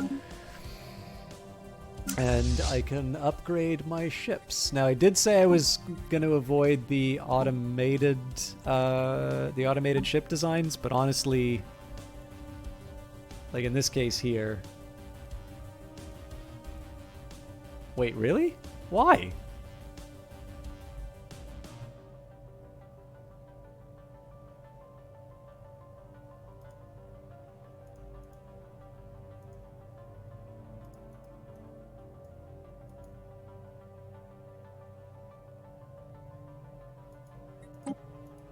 Okay, can I not auto-best it? Oh, here we go.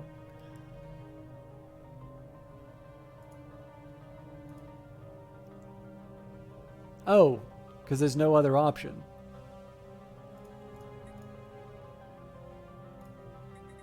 Okay, hopefully I didn't mess that up too much. Alright, whatever. 117. We've already got our colony ship on the way. Let's do the upgrade. I suppose I can put another admiral on this fleet as well, but that feels a bit wasteful. Okay, construction-wise... Our construction is complete. Bira works a little bit better for me because it's going to give me mineral resources, so let's at least move there. Actually, before we do that, stop that activity so that I can actually build a starbase.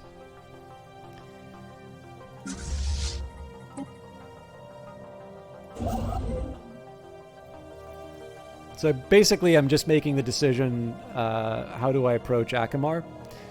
Akamar's got the 5 energy, and admittedly, I'm back to double digits on it, but I figure something that'll get me 8 minerals on the way is better than something that gives me a total of 4 research.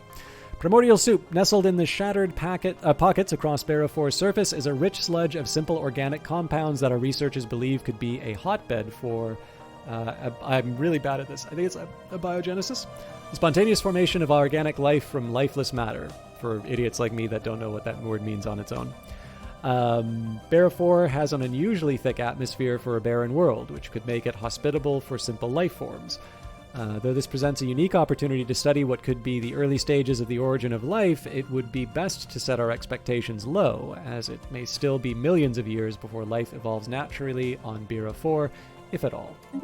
So I suppose good news here that we get additional research, which makes this strictly dominant over alternative. We will take this system at some point, but it's not a priority. Okay. I think we're in a good spot to end it for tonight. So sorry for the false finishes, but we'll talk a little bit about future steps. So we had a bit of, it wasn't even really a hiccup. I think it was just a matter of digesting the planets that we'd already colonized. We're in a much better spot, and I didn't realize. So one thing that is kind of a nice bonus is that it feels like the hive minds are pretty good at rapid expansion. So with the hive core, you get 2 synapse drone jobs automatically. Sorry, let's actually take Diamond Prime as an example. Oh no, it's still a hive core as well. Oh, cool. So you don't need to upgrade a colony ship? Wow, why didn't I play these guys before? So yeah, anyways, you start off with 2 synapse drones. Now, they're expensive.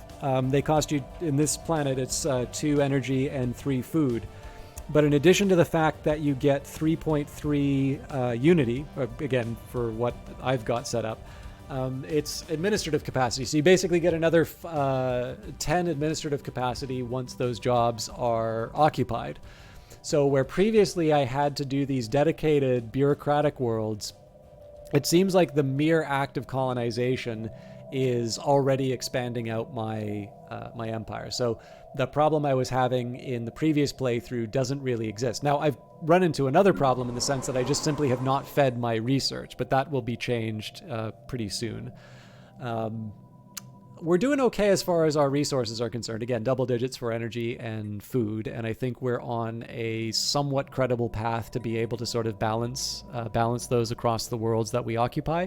And so the next little while will be sort of spending some of the influence that we've gained by expanding out into different worlds and just trying to test the edge of that empire sprawl. And then when the time comes, we can either build some additional synaptic nodes, and preferably do that on multiple planets, or alternatively, we reconsider our approaches, and maybe we think about what's important to us as far as expansion is concerned. So overall, a somewhat optimistic start.